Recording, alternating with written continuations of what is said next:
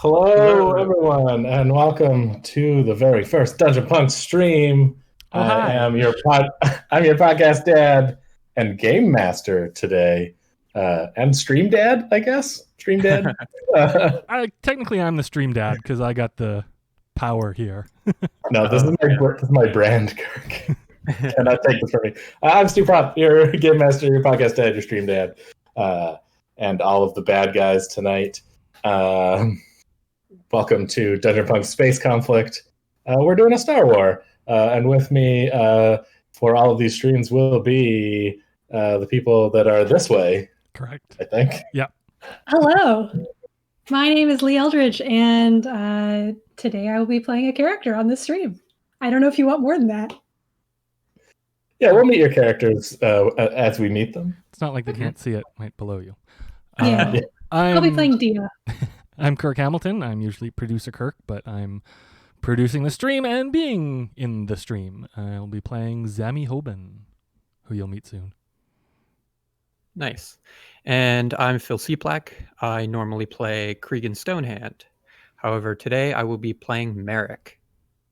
All right. Well, let's, without further ado, dive in. Let's all just pretend that there is rollicking Star Wars music. Pretend? You didn't tell me we had to pretend.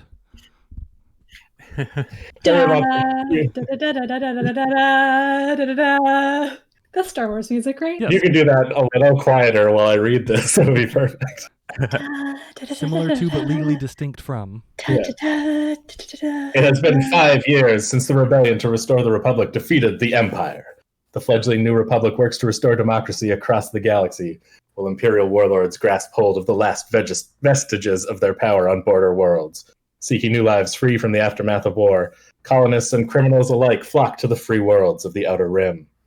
Above one such world, Socorro, the crew of the Nomad has docked with the wreck of the Inexorable, an old battle cruiser, seeking promised salvage for their client. A simple job that promises modest payday. Or a modest payday, rather. So our camera pans down across towards the upper atmosphere of Socorro. We see a small battle cruiser hurtling across the atmosphere, leaving a trail of burning debris in its wake. Attached to the side of the cruiser is a Wayfarer-class transport ship, the Nomad, that is currently firing its engines at full burn to slow the two ships' descent. In the cockpit of the Nomad, we see Zami Hoban, a not quite tall, not quite lanky Feline, wearing a Figrin Dan in the Mortal Nodes t-shirt and several days' worth of facial hair. He's currently confronted by blaring alarms and flashing alerts. Kirk, what is Zami's plan to avoid burning up in the atmosphere?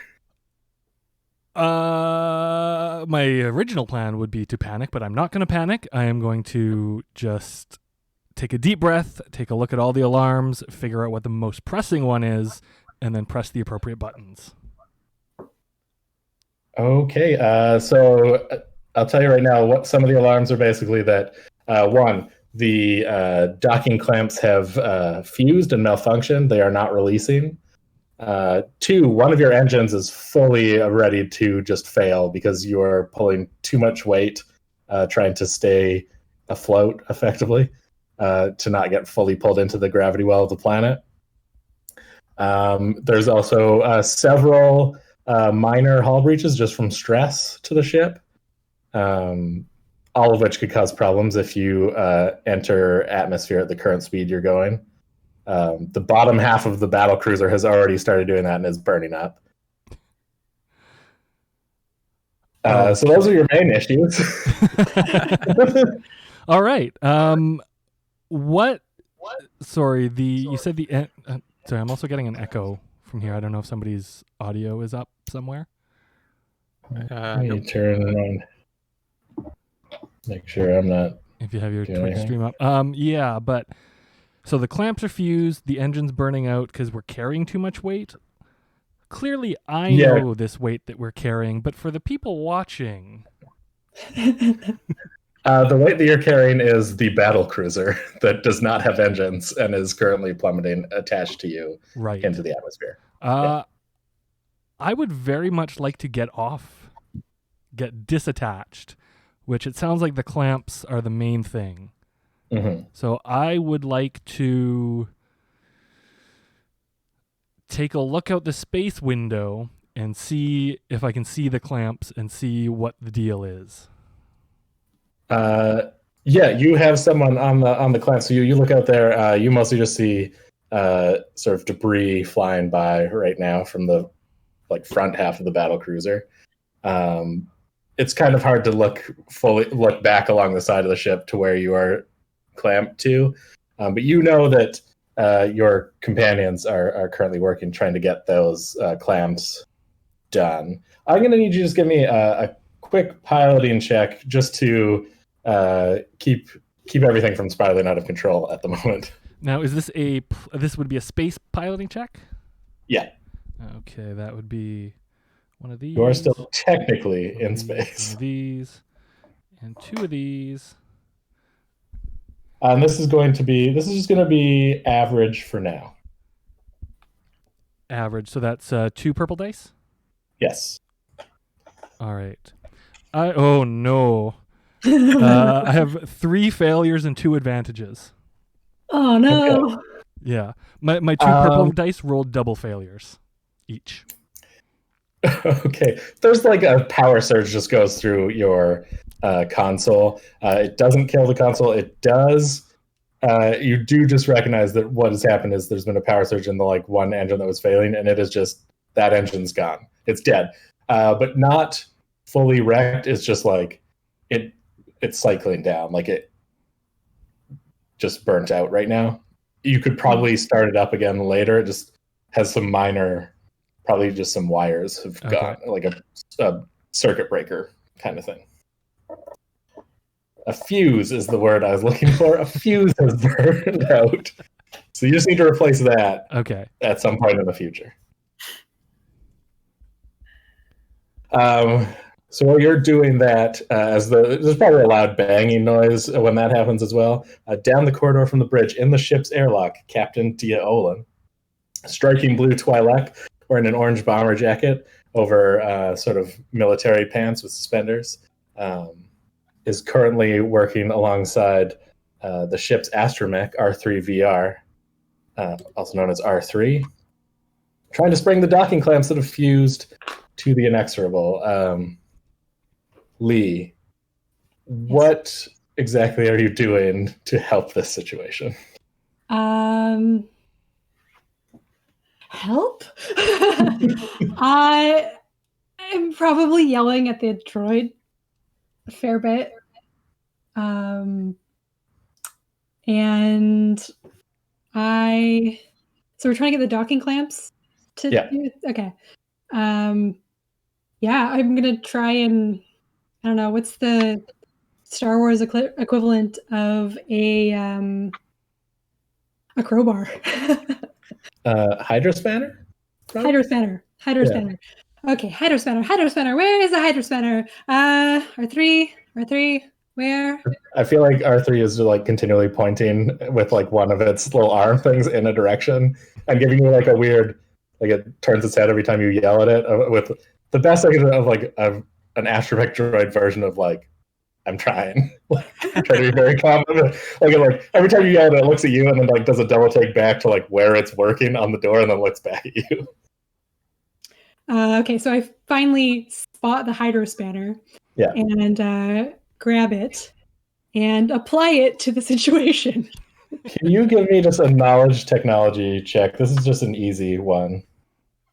Knowledge technology. That is just an intelligence check if you're not trained. Is technology a thing that I can be trained in? Knowledge tech, I believe, is something. Sure, why not? Okay, so I'm not trained in it. Therefore, it's just your intelligence. One success. Okay, you know that if you just force this, which is absolutely an option, you think you could probably do it between you and R3. If you just force this open, you will be exposed to space. Oh, that's bad. Which is fine if you're tethered in and have a way to breathe. Or a droid. Or a droid. I think it would take both you and R3 to force this. Okay. I don't think that's gonna work for me. There are spacesuits available, like on the ship. Okay. Is there another option that I can explore? I think at this point you have maybe exhausted all other options. Okay, I mean, I'm there's gonna run. faster ways to you could like shoot it. It would be faster than the spanner. It would cause more damage. I'm gonna run and get a spacesuit. Okay. And put it on. All right. So you run. You don't have to run far. They're at the like airlock area. You run. You like slip on this spacesuit. You get that like hiss of the spacesuit filling up and a little heads-up display showing that you have air and pressure. Spacesuit, it doesn't appear to be damaged. Okay, and then I'm gonna run back. Okay. And tell R3, hold on to your butts. And I'm gonna shoot it. Oh, okay, yeah. You don't need to make a roll. You R3 like looks at you, makes a very like that droid like terrified scream, and you can see like clamps down like magnetically to the. Yeah, I'm gonna tether corridor. myself to something and then shoot. Yeah, you just have like a carabiner to some hook that's there for this purpose, and you pull out your blaster. How hard is this check? Oh, it's you know what? Just roll me. It's going to be an easy because you're just short range light. But I'm going to spend a dark side point here to upgrade it, so there's a chance of despair. Because why not? Let's get crazy. Let's just kill everybody right off the bat. That's a good idea. Sorry, just a quick clarification. When you use a dark side point, that flips to a light side point, correct? That is correct, yes. Yeah. Okay. So we've got 4 light sides and 1 dark side. Okay. Hold on to your butt, R3. And we have 2 successes. All right, yeah, you shoot out all you know where the docking clamps are. You shoot them all out, and there is a bit of explosive decompression as the Nomad comes free of the inexorable. Back up in the cockpit, one of your alerts turns off. Zammy, you are no longer attached to the inexorable. The docking clamp fused alert is off, but now the docking clamp's missing alert is going on. I'll take it. The other alert you see is that you are still descending at a rapid pace. You've now sort of entered atmosphere. Dia, you can see the fire of re-entry kind of going by the open thing. You can get yourself out of the airlock and close the door fairly easily because you've tethered yourself in. You do that, so you're no longer exposed to space. Zammy, you're still descending. You only have one engine right now.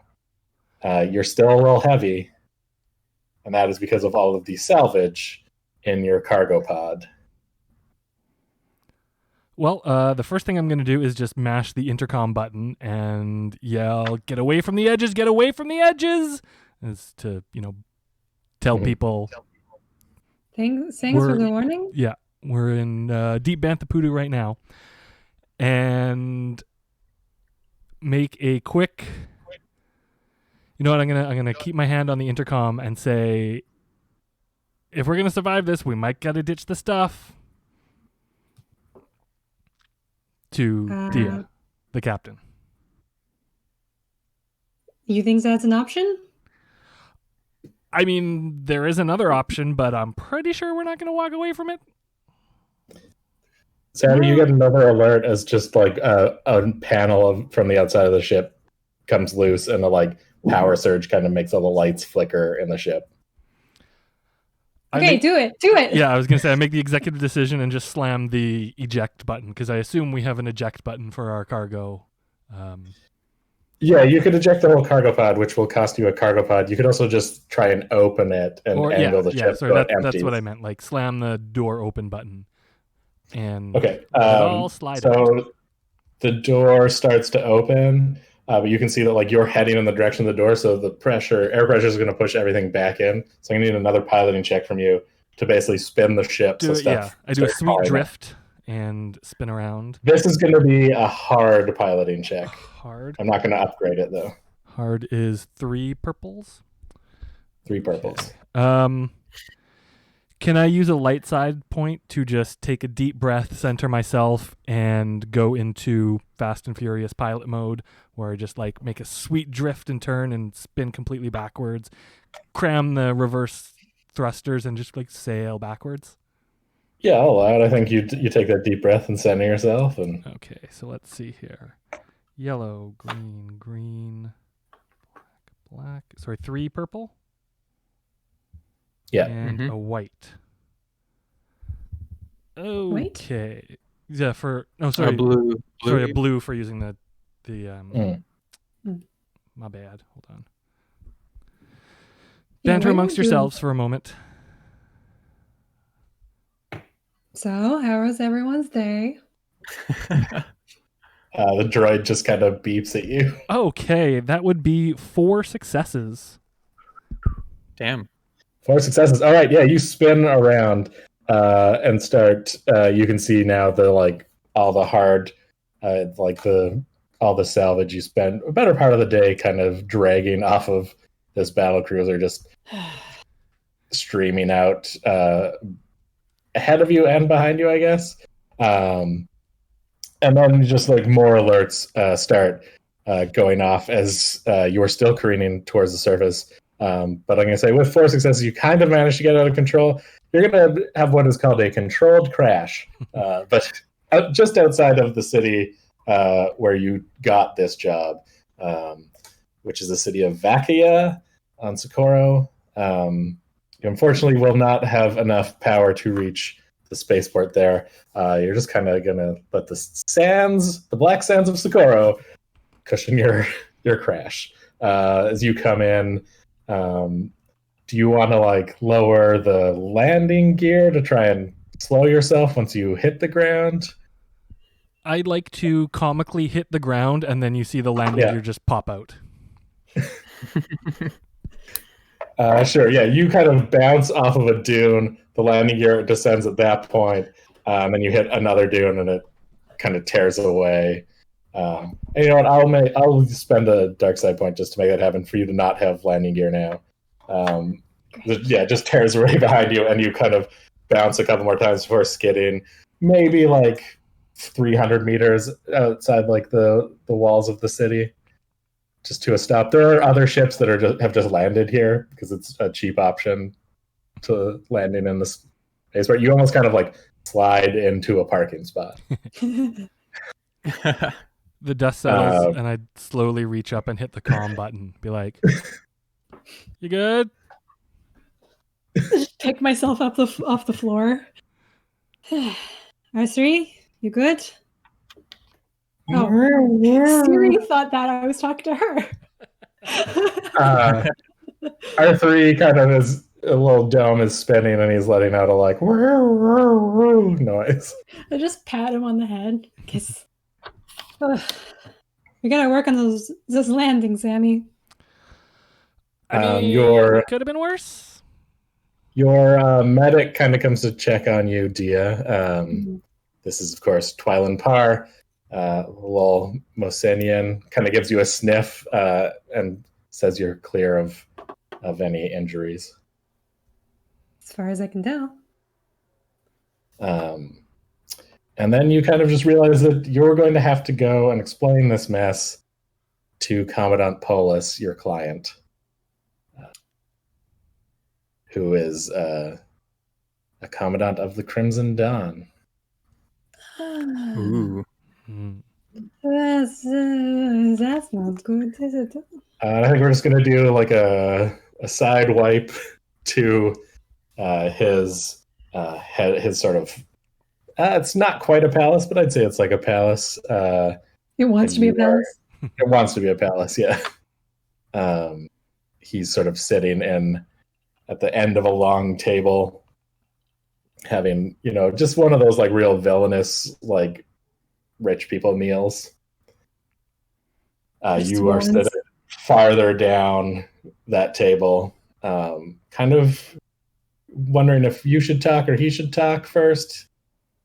He's sort of just slowly carving whatever piece of meat he's eating. And he speaks first and he says, "So I suppose you do not have my salvage. This is a bit of a failure for a first-time job for your interview portion of our relationship. Wouldn't you say?" You see, there was a bit of a, I suppose you could call it a problem. Yes, I would call it a problem indeed. There was some, how do you say, interference?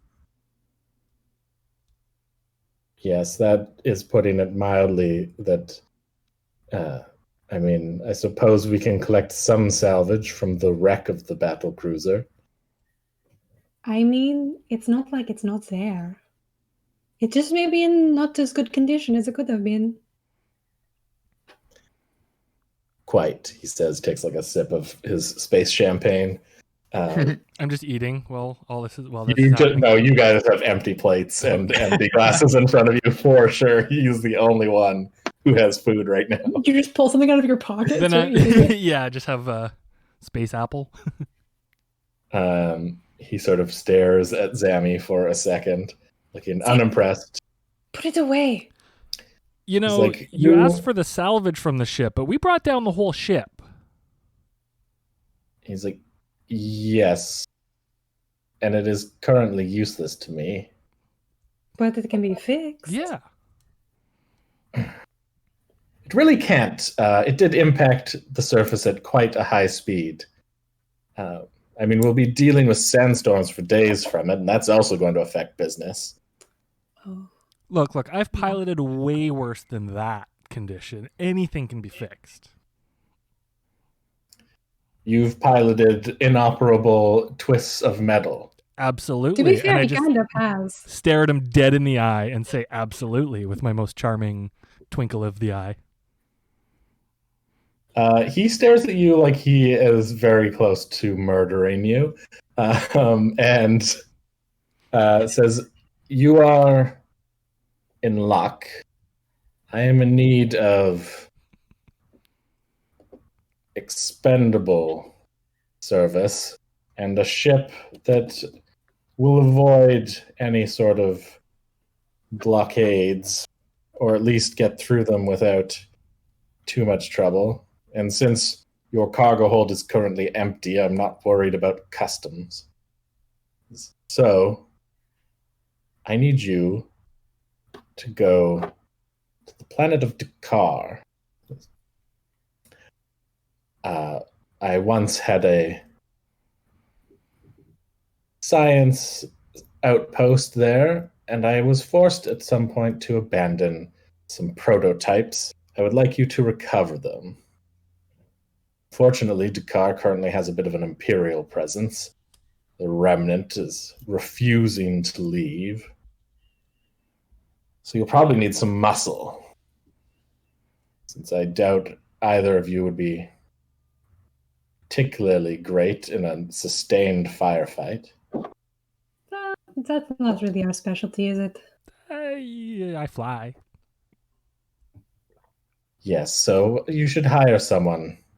I don't really feel like chancing any of my personal employees. If you do this, your debt to me will be clear, as well as the additional debt for making your ship operational again. Do we have a deal? I do not think we have any other choice, do we? You understand then. My major domo will fill you in with all the details, and he just gets up, sort of pats his lips with a napkin and walks away. Great. And the sort of man that's been standing quietly behind him comes and hands you a data pad that has sort of coordinates for the planet and the coordinates of the outpost on the planet. I give him a salute and say, Major Domo. He also gives you a stare as if he wouldn't mind murdering you. Does that mean maybe you keep your mouth shut for a little bit until at least we get out of here? I shrug and keep eating the whatever I was Some eating. guards kind of open the doors to this dining room as if here's the way out to you. How I end up with these people sometimes, I do not know. Your exit. R3 kind of beeps beside you. No, the R3 is good. Yeah. Not you. No, that was an agreement. This R3 probably hasn't had its memory wiped in a while and maybe thinks it could pilot better than Zammy, but has only voiced that opinion once or twice. When Zammy's not around. Yeah. All right, so you guys, you head out in search of some muscle to hire. You're familiar with the planet and the city, so you would know a good place to head is the Black Sands Cantina. This is often a good place to find, I would say, the more budget scum and villainy that you might need to hire in this situation. It's like the fourth most wretched hive, you would say? Yeah, I feel like it gets more and more wretched as the quality of people inside to hire gets lower, right? It's second most wretched. Yeah. And then okay. Yeah. Let's go to the Black Sands. All right, we will circle wipe into you guys walking into the doors of the Black Sands. R3 has to wait outside, as is common in cantinas. They do not serve droids here. You behave yourself while we're in there, okay? You get a beep that's sort of a no promises. I just give him a friendly... Don't get stolen. I give him a friendly time. Tap. Yeah, the little shock probe comes out when you give him a pat, but he doesn't shock you.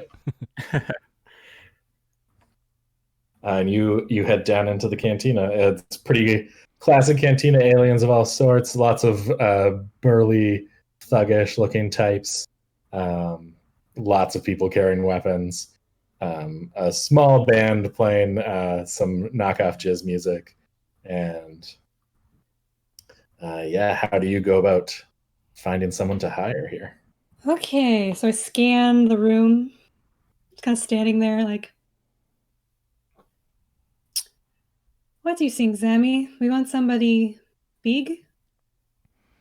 Yeah, at least bigger than us. I'm going to go up to the bar and order a drink. Okay. What's the drink you order? Come up with a fun Star Wars drink. I order a... there's a Twi'lek liqueur that's really strong, and it basically knocks everybody else out. But It's cultural, so I can drink it. Yeah, there's something about Twi'lek metabolism that this drink specifically doesn't hit as hard. Yeah, it's made of a certain 13 herbs and botanicals from Ryloth. All right, yeah. So you order one of those. They kind of synthesize something close. It's they don't necessarily have that exact drink here, but he presses some buttons on the big drink synthesizer thing, and it shoots off some steam and bubbles out into the glass. It's the wrong color, but it'll do in the pinch. So I just take a sip and lean on the bar and look around. Go ahead. Oh, I was just gonna say I followed and also ordered a drink and just kind of also peering around, but I'm letting Dia take the lead on this, what with being the captain and all. Do I see just don't order the same drink? No. Yeah. I think about it for a second, but I did that the first time we had a drink together and learned very quick not to. Yeah. I didn't warn you that time. Okay, so you're looking for Basically, I'm waiting for someone to get in a bar fight. Mm. Okay. Yeah, that'll happen for sure. Yeah. So yeah, a couple of Trandoshans start arguing with trying to think of another big species. Just with like a couple humans. The humans kind of have numbers. They start pushing around, and some fists start flying, and one of the humans gets thrown into the table where there's another figure sitting. Kind of just like goes fully with the strangler trainers, just like fully takes the table and the drink that was on the table with it, just like broken under the weight of this human. And sitting at that table, there is a powerfully built Umbaran wearing an asymmetrical poncho and the distinct full-face helmet of an Alliance commando, repainted in sort of earth tones. He's got a custom RT-97C rifle slung over his back. Phil, how do you react to the destruction of your table and drink by this bar fight? Ooh, okay. Does the human get up, or is the wind sort of knocked out of him? This human is unconscious, yeah. He's been removed from the fight. Okay. The Trandoshan that threw him, still very conscious. Yeah. I sort of look down at the human and almost saying to myself, yeah, I wouldn't have picked a fight with a Trandoshan. And then just pick him up slightly and just throw him to the ground. Okay, you pick him up just to throw him back down on the ground? Yeah, down on the ground, just off my table. Okay. Your table is like not a table anymore, basically. Yeah. Okay. And then I stand up and kind of dust myself off from any, or even just pat any of the like spilt liquid from my poncho. And any of the Trandoshans, and sizing one of them up, I say, "You owe me a drink." Yeah, the Trandoshan that threw the guy is kind of looking at you. He sort of steps forward, like standing up to his full height. He's probably like at least a foot over you. Mm-hmm. And he just goes, "I don't know you, shit." All right, I'm the first one to break our rule. Goes, "I don't know you, Criff." I just like elbow Zammy in the ribs, and I'm like, I was about to say, over there. Our elbows hit each other because we both did the same thing.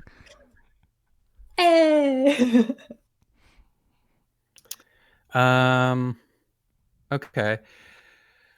So my poncho covers most of my upper body, and I think I'm keeping calm.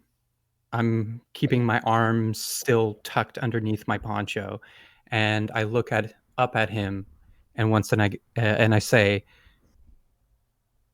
"I'm gonna give you to a count of 3, and you're gonna walk over to the bar and buy me a drink. 1,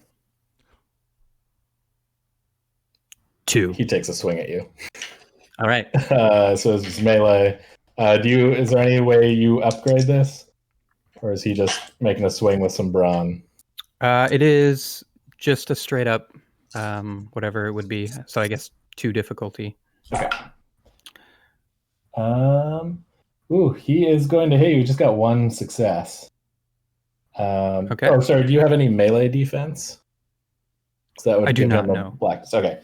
So he clubs you for 4 damage. He just kind of clubs you with a clawed fist or like open hand in the face. Okay. I am wearing a helmet, so not substantial damage.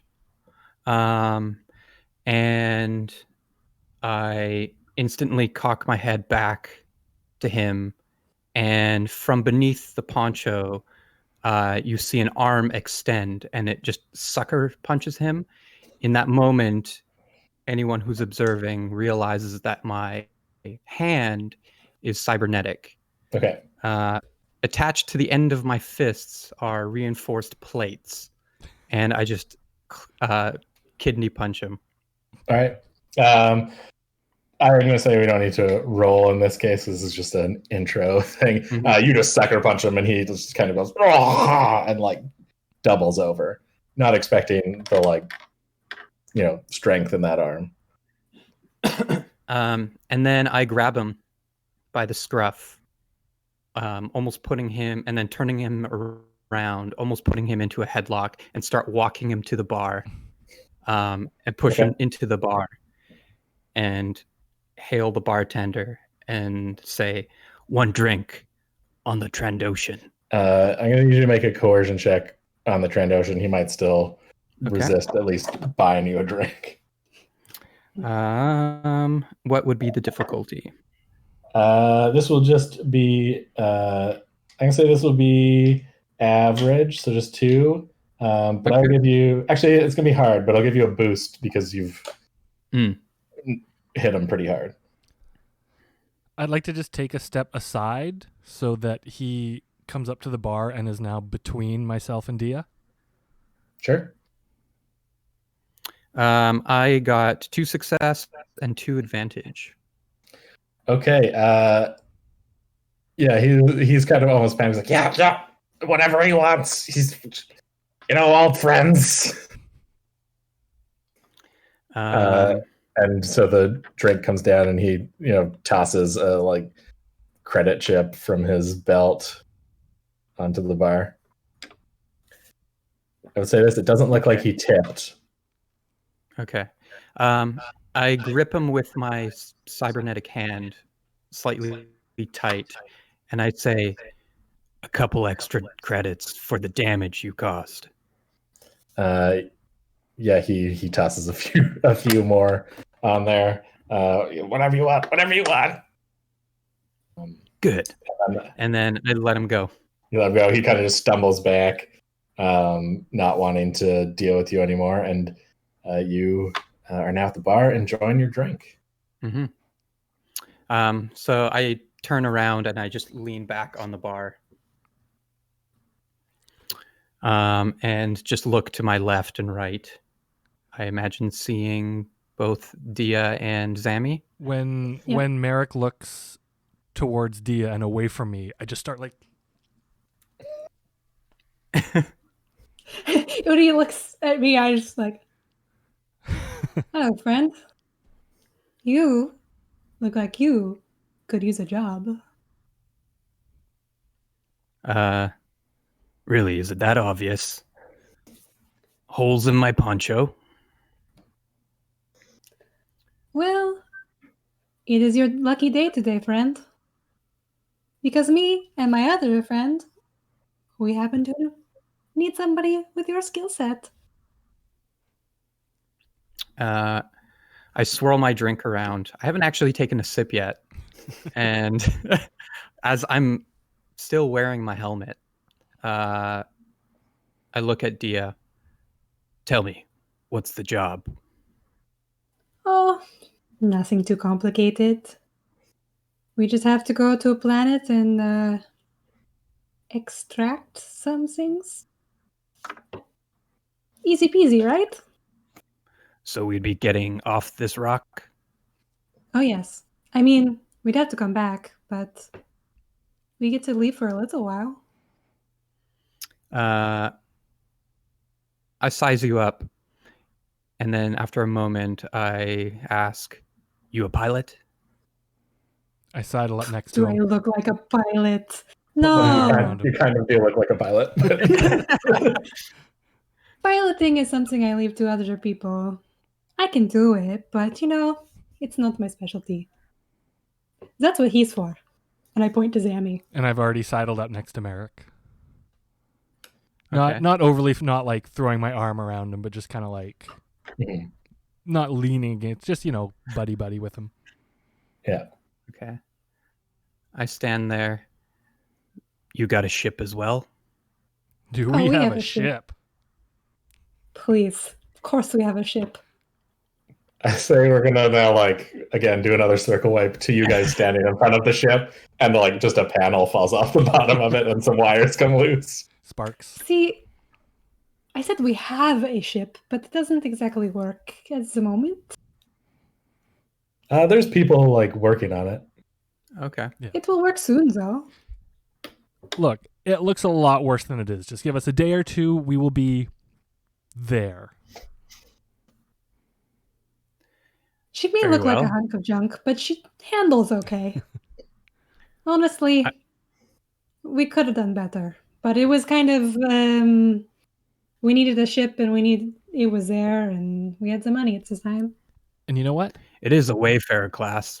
Nobody pays attention to these bad boys. That is Also true. that. I used to build a couple of these back in the day, but... Oh, really? That's neither here nor there. So, how long till the ship is operational? It is done when it's done. Probably tomorrow. Very well. But our three gets a skeptical little tweaked. You know what, R3? Sometimes I think you are a pessimist. He does the astromech version of shrugging. His little dance. But, hey, also, we forgot to introduce ourselves. Yeah, we sidewiped too quickly. I assumed that would have happened in the sidewipe. Did we introduce ourselves already? I was actually going to do that. It's like in the movies when they start a conversation somewhere and they go somewhere else, but the middle of the conversation clearly didn't happen. Yeah. Wait, your name is what? You can call me Merrick. Okay. Your can call name? Me Dia. Dia. And? I'm Zammy. Zammy. I extend a hand. And that's R3? R3. Nice to meet you. I almost crouch low as if, almost like petting a dog. And I sort of give him a loving knock, or I guess you don't pet a droid, but the equivalent of petting a droid.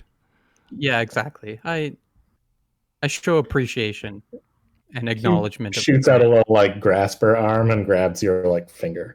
Okay, and I.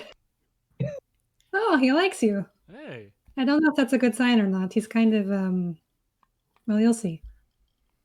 Nah, all astromechs are good. If you need a place to stay, there's lots of room on the ship. You got any other crew members? Yeah, we have a medic around here somewhere. I don't know where he went. He's usually with the ship. Probably. Okay. I'll take a tour of the ship if you got some time. Yeah, Zammy, why don't you show him around? Absolutely. Let's get up there. I have things to take care of. In its current position, you're going to need to climb up. You don't have the usual docking ramp. You have to climb up to the airlock. There's an emergency ladder that's been let down. Okay. To get into the ship. I'll hop up the ladder and then I'll put my arm down as if I'm going to help Merrick up, but Merrick maybe grabs my hand and then it's immediately obvious that I will be doing nothing in this scenario. Yeah, Merrick is probably a little too heavy for that. Yeah, I got a good amount of gear on me as well, including just this big blaster rifle on my back. But yeah, I climb up myself and follow Zammy through the ship. All right, so the tour you get is there's a sort of small engineering bay for the engines. You can see one. There's a lot of carbon scoring on, and that's the one that does not currently work. You can see there's one dorsal turret that sort of a ladder going up to in the middle of the ship.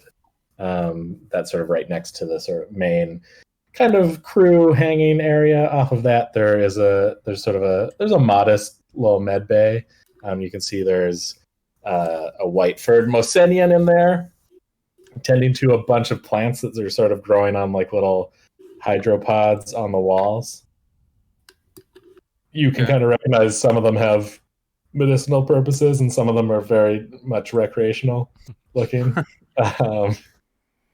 There's sort of a corridor leading down to an escape pod on the sort of opposite side of the ship from the airlock. And from there's also a hatch that leads into the main cargo pod. And there's sort of a set of stairs leading down into that area, which is sort of works as the cargo bay for this ship. It is currently incredibly empty, also with a lot of carbon scoring around the front end where the like main doors would be. Almost as if someone opened them while entering atmosphere. Who would do I sort of, I don't know, like observe the blaster fire and then turn to Zammy and say, looks like you saw some action in here. Oh, yeah, we had a heck of a time getting here. And then I kind of put my arm around him and gently lead him away. Let me show you the cockpit. All right, so you head back down. You head through the sort of crew recreational area, along another corridor. You're passing like just crew quarters up to the cockpit, which is it's a 2-seater. Lots of it looks like a few panels maybe have died in the ensuing crash. Other ones are lit up. There's probably still an alert light going off. Probably like an altitude alert that you just can't get to turn off right now. It's got you can see a little bit of tape is over it, but it has been peeled off. Yeah. If we are there any of the mechanics on the ship, or are they all on the outside? Most of them are on the outside. There's a few probably in the engineering bay working on the engine. As we pass the ones in the engineering bay, I just kind of like half to look important, half because it just entered my mind. It's like, oh yeah, just don't forget that fuse that blew, eh? They kind of look at you with a look of, yeah, we can do our job. I've already kept going. Yeah. They look up to see who said that, and you're already gone. Yeah. In the cockpit, beyond the sustained damage, what does it look like in there? I'm sort of asking Kirk. It's not the most pristine, but you can maybe see that it's been lived in, but in that good way of being it's not brand new, but it's put some miles in, and I don't know if you can maybe tell it's reliable from just looking at it. Okay. Also in the corner, you kind of see there's this little area with some lights hung up and a little bedding and a pillow. Okay. Do you have any personal items kind of strewn about the cockpit at all? Or I probably have a post. Would you have a poster? Yeah, there's on a locker door. There's a poster for Figrindan and the modal nodes. The locker's kind of ticked open a bit. There's maybe a little figurines and crystals scattering the some on the floor, some scattering the dashboard of the console. Gotcha. Say a lot of them are mostly on the floor at this point. Yeah, that's what I was. Yeah. All right. Well, in that case, as you're giving the tour and showing me the cockpit, at one point I end up picking up one of your items from the ground and just examining it and placing it back. And then a moment later, take another one and start putting it back. Just doing something with my hands while you're showing me around. Right. And then look to the pillow, and you said there was a blanket or something as well? Yeah, it's not full bedding, but if someone needs to crash there for an hour, it'd be a little nap station. Gotcha. Turn to that. You spend much time sleeping here? Not my nights, but just an hour, 2 hours, 3 hours here or there if I need to crash, jump into hyperspace. You take a quick nap. I see. Is there anything from your days with the rebellion? Is there anything like that in here, Kirk? Like a medal or something? Yeah, maybe like some of the trinkets would be, I don't know exactly, like you would examine them and you would definitely be able to tell they're either from the rebellion or, maybe on the wall I have a picture or a holocron. I have like a holocron that flickering on and off of like a group of people, and a lot of them are wearing rebel uniforms. I'm in there. Okay. Then at that point, when I notice that, I turn to you and say, "You used to fly for the Alliance?" For a little while, around the time where that first big ass ball of doom was up, I was just starting up then. I wasn't there. I wish I was. I was off ferrying other people around. And then I had a bit of an interesting history there. Flew some missions. Maybe went to jail for a little while, and then here I am now. Well, maybe it's better you didn't assault the Death Star. A lot of people died that day. You wouldn't be here if you did. Well, you don't know what a pilot I am. Well, I look forward to flying with you. Thanks, man. And at that moment, I kind of tap the top of my helmet, and you see in the corner on my forehead, there's like a very, very faded symbol of the Rebel Alliance. Nice. And then I proceed to walk away out of the cockpit. I was maybe about to ask you about if you had a rebellion past, and then you just left like, okay. And I just continued to tidy up, maybe. Dio, what are you up to? I sounded like I was doing something sketchy, but I really just wanted to go get another drink. Are you doing that at a bar or just getting something from the ship? I imagine you probably have. Just getting something from the ship, because I actually like hanging out with R3. All right, yeah, you and R3 were like having a little game of hollow chess. Yeah. You've got a drink. Dia just needs some alone time sometimes. Yeah. Hanging out with Zammy is just a lot. How badly do you think you're losing to R3? I'm losing badly enough that I'm going to say that I let him win. Okay.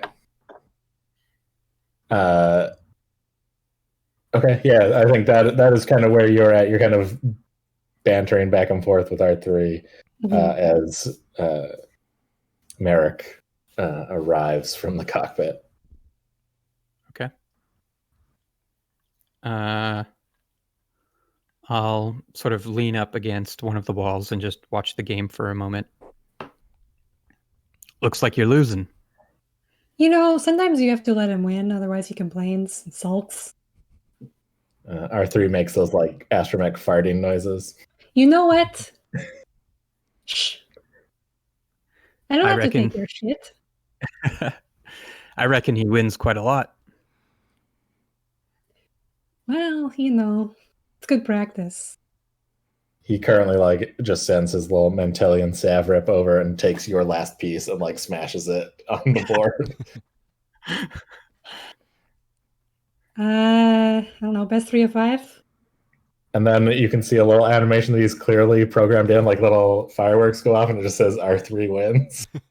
Hey, that's new. That's not fair. He makes a little tweeting, laughing, or astromech noise. Ugh. I'd like to come in at this point, having cleaned up having cleaned up, and just been like, isn't it at this point best 505? You know what, Sammy? You want to keep flying this ship, or you want to find somewhere else to work? I just plop down. I feel like we've had this argument many times. Almost it's definitely. Just habit now. I don't have to take that from you. And I just hand you the alcohol bottle. I was gonna say the same.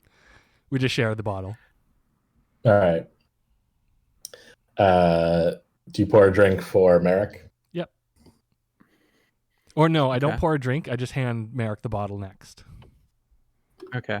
I take the bottle, and before I do anything, I turn to the captain, Dia, and I say, "Speaking of work, where are we flying to?" Stu, I totally remember where we're flying to. Dakar. You're flying to the planet of Dakar. Dakar? Yeah, D''QAR, Dakar. Oh, I spelled it wrong. Oh, that is not how I spelled it. Yeah. Dakar Noir. Dakar. We got to take the plane, then we get in Dakar. Exactly. Yeah, it's just a few sectors away from Socorro. It's largely uninhabited, but like a little information they gave me, it's mostly jungle or boreal planet. It's got like an asteroid ring around it, and yeah, mostly uninhabited. Mostly. There was at one point there was like a small rebel outpost there that's been abandoned, and there's like you see notes that there was an alliance report that there's like no Imperial presence there, but Okay. There are no Imperials? But that's what the alliance report says, but what Commander Polis or Commandant Polis told you is that there is now some remnant there. Yeah, okay. Okay. So you don't have to I don't. I was just going to say you don't have to relay all of this to me if you don't want to, Leigh, but I ask you essentially for like a mission brief, and I tell you at some point before I proceed that if you want me working for you, you'll have to tell me everything you know about where we're going. Okay. So yeah, just like whatever Stu just said, you can tell me back if you want. I mean, I have nothing to hide. We're going to Dakar, and we gotta get. What did we have to get? I gotta check. Sorry. He just said prototypes. You've been given one of those like tracking fobs. It'll work once you're on planet. It'll guide you to the thing you're looking for. Right. But you don't have any more information than that. Okay, I just like hold up the tracking fob and like we go to the car. This thing works, and I guess we find the prototypes and we bring them back. You know, pretty easy, I think. In and out, back here, get the credits. We're done. If it was easy, you wouldn't have hired me. Well, you know, if it was easy, he wouldn't have hired us. So, I expect if you needed... There might be somebody to shoot. All right. There might be just a very, very small Imperial presence. Very, very small. Just tiny. Tiny little Imperials. Wait. Right, there's a few imps on there. The Imperials are small? Yes, they're tiny, tiny Imperials. Just little. Little tiny stormtroopers.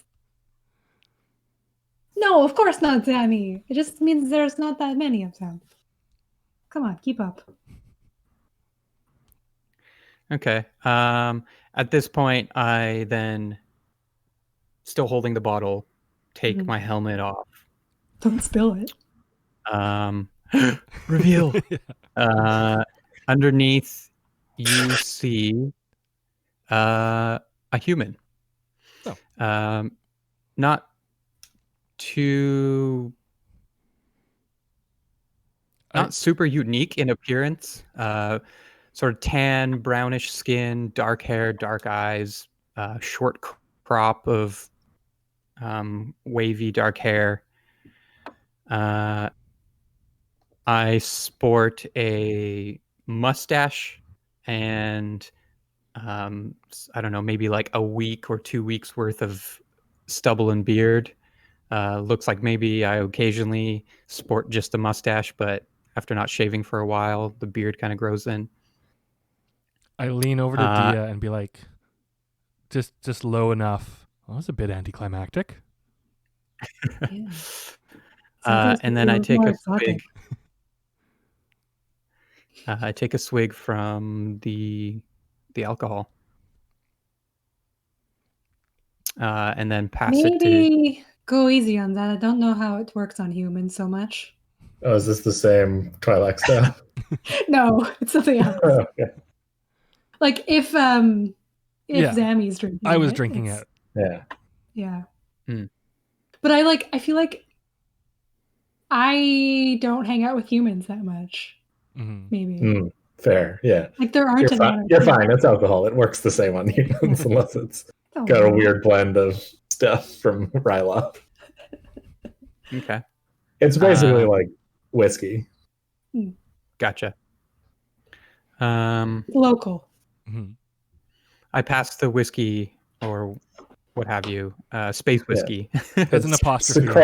Socorrian sand whiskey, which sounds unappealing, but it's like filtered through the black sand and gets the like black color. Okay. It's almost like got activated charcoal in it. Okay. It's whiskey. So probably but there's an something I've been apostrophe in drinking it. the last few days. Yeah. Every once in a while you get a bit of the grit, but that's what you get for buying the cheap stuff. Yeah. Well, then in that case, I do pass it back to Dia, and in response to you saying, be careful with that, or however you phrased it, I say, to be honest, I'm kind of sick of the stuff right now, and hand it over. Well, on that line, there's a bit of a like whirring sound, and right now you kind of just have like emergency lights on because you're running on like backup power. As the engine is fixed, also the like power goes back on and all of the lights in the cabin come up. Didn't I tell you it would take less time than they thought? I just go, all right, and take a last swig of the space whiskey, toss it back to Dia, and just head to the cockpit. You hear one of the engineers and you go like, where are you going? Like, yeah, the engines work, but this thing is not ready to go to space. There's a lot of panels missing on the outside. I'm frankly surprised you didn't burn up when you landed, before you landed. It's still got a good day before we replace all of those. I do a very fast about face back to the mess hall or whatever common room and reach for the whiskey again. All right. This technician shows himself out, and you can hear him sort of through the airlock kind of yelling at guys about various fixes they need to make outside. But inside, most things seem to be working. Perfect. Okay.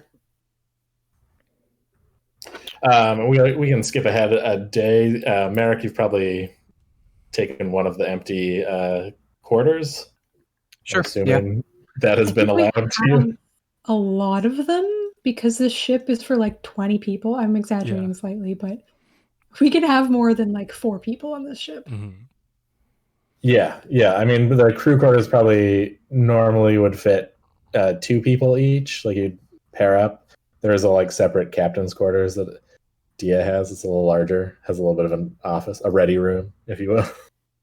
Okay. I will. I imagine you probably like at some point tossed a few of the beds, both for money and to like lighten the ship a little bit. And so each of the crew quarters now just has 1 bed each, but there's at least like 6 quarters, including the captain's quarters, and there's only now with you 4 crew and a droid that does not need a bedroom despite his insistence. He's almost got me convinced, but not quite. Yeah. His charging station is in the engineering bay, which is where he needs to go to sleep. But he insists he wants a place to keep his things. You don't know what those are. Okay. I'm completely content with just one of the typical crew quarters. They've spent the last day kind of hoisting the ship up to repair to replace the landing gear and repair the like missing hull panels. And they're kind of just the engineering crew is kind of just finishing up with that now. They have asked you to keep R3 out of their business because he's been kind of rolling around outside of the ship, pointing out mistakes they're making. I'm just like, you think he listens to me? Okay, maybe I'm the captain, but he kind of has a mind of his own. I don't have the heart to wipe it. Yeah, he definitely looks at you like slightly worried anytime you mention wiping of memories. No, don't worry, it'll be fine. He rolls back up into the ship and leaves them alone as they finish up. And by the middle of the day, you're ready to fly. Okay. And you have been contacted today also by the Major Domo of Commander Paulus, just making sure that you are still going to do the job. Absolutely. Of course. It's got a real vibe of like, we're watching you, you know. So once we get into space, Dia, we're going to scan the ship for bugs and stuff. Yeah, you could. Someone could give me a computers check on that. Well, once we get up, Phil had something. Yeah. Oh, I was just gonna say, Dia, do you take that call in your quarters, or in the common room, publicly? Probably just wherever I am. I don't think I hang out in my quarters by myself a lot. Most of the comms would probably come through the cockpit. There's like a communication station there. Yeah, I would probably All right. be there then. Okay, so it's to the ship, not like your personal comms or whatever. Yeah. Okay, never mind then. Yes, someone wants to give me a computers check. You can also get R3 to make it if you would prefer. Got his stats available. Yeah, sure. He's got 2 yellow. Oh, I have 2 green, so that's a lot better. And yeah.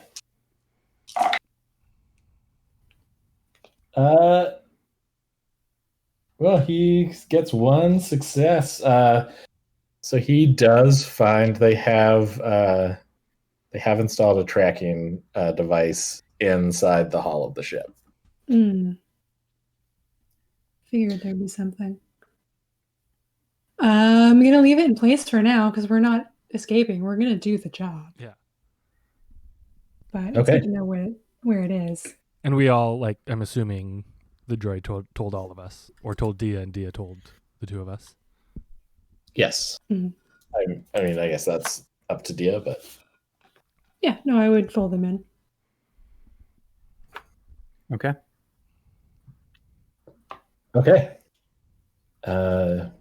You guys are free to take off and chart a course to Dakar. Yeah, I jump in the cockpit, and as long as we're ready, I press all the requisite get into buttons. The co-pilot seat and say, punch it.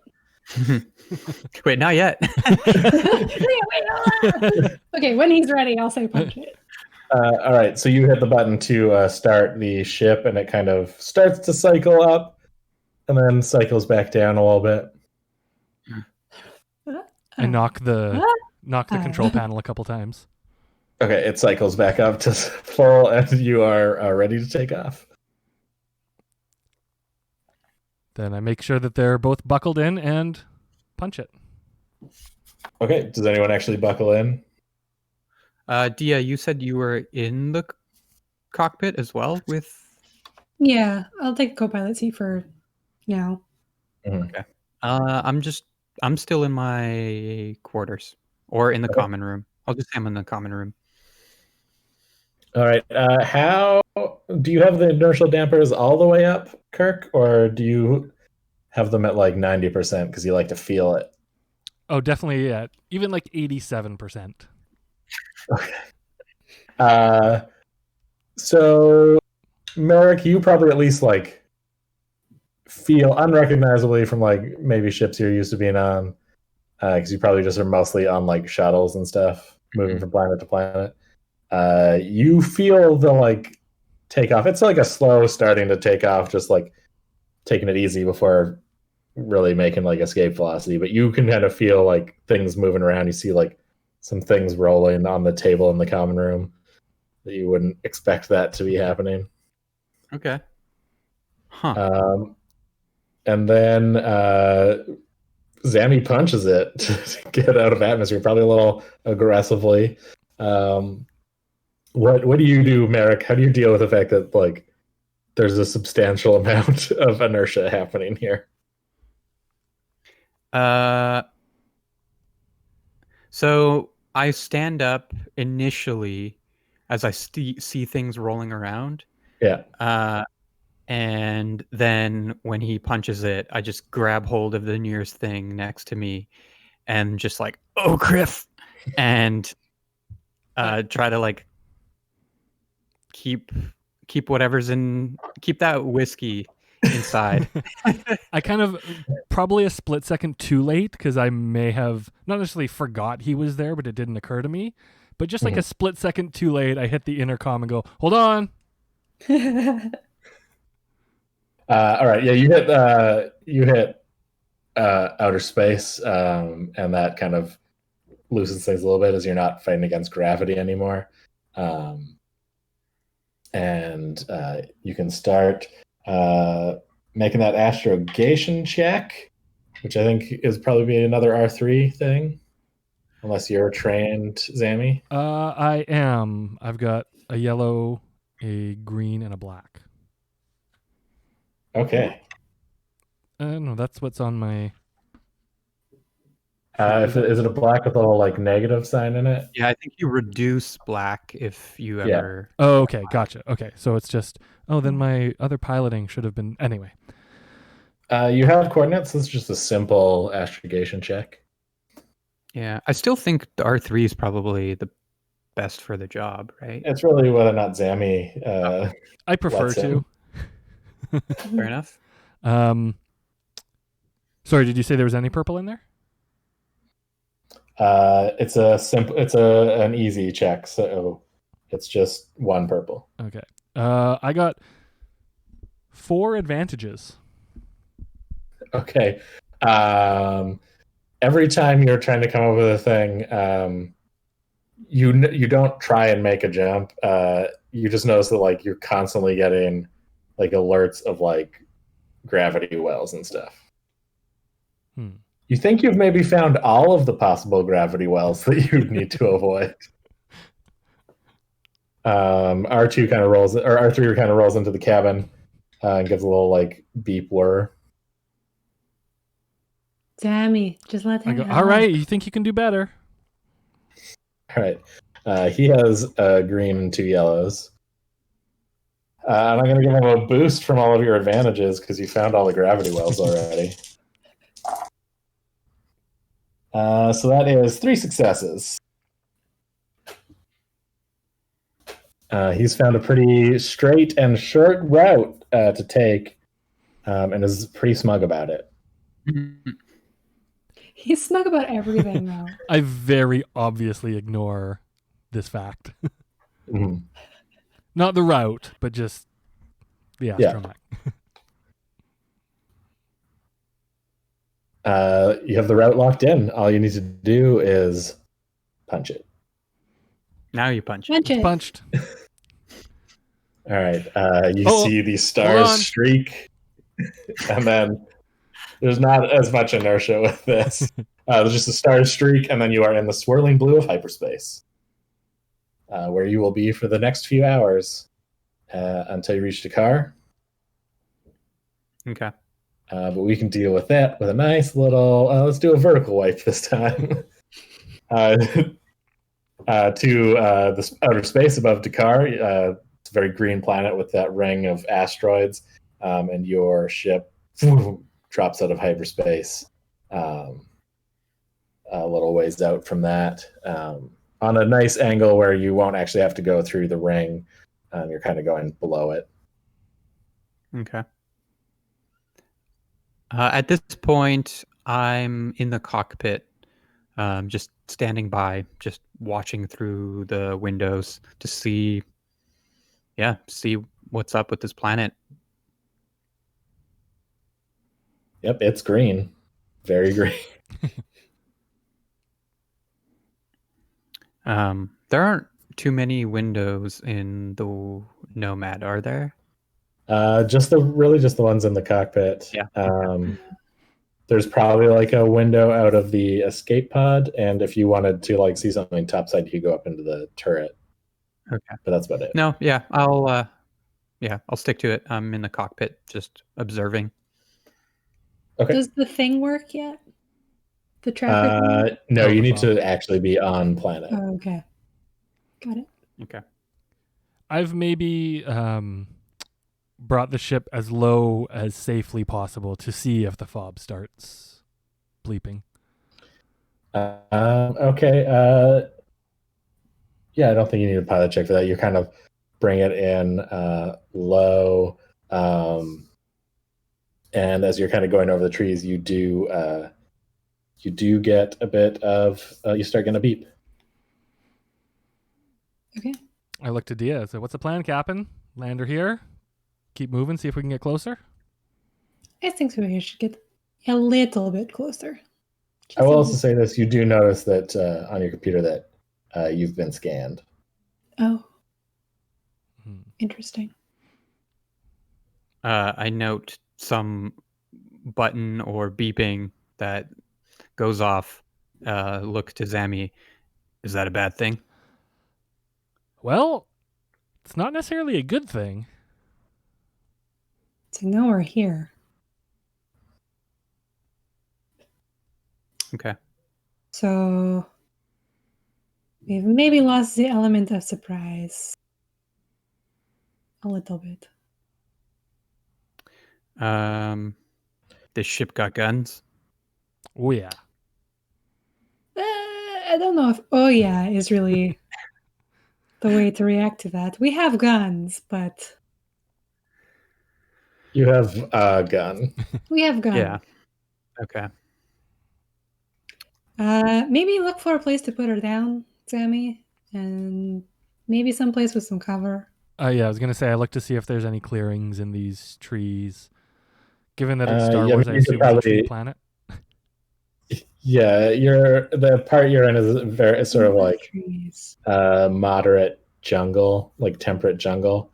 You can definitely put it down anywhere in there. Like the trees, there's not going to be like a clearing, but you'll be able to like land in the trees if necessary. Okay.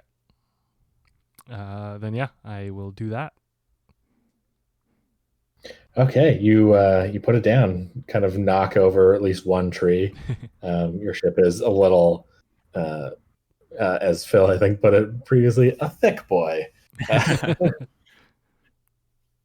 You land with a nice, satisfying little sort of gentle thud, and you are now on the planet of Dakar.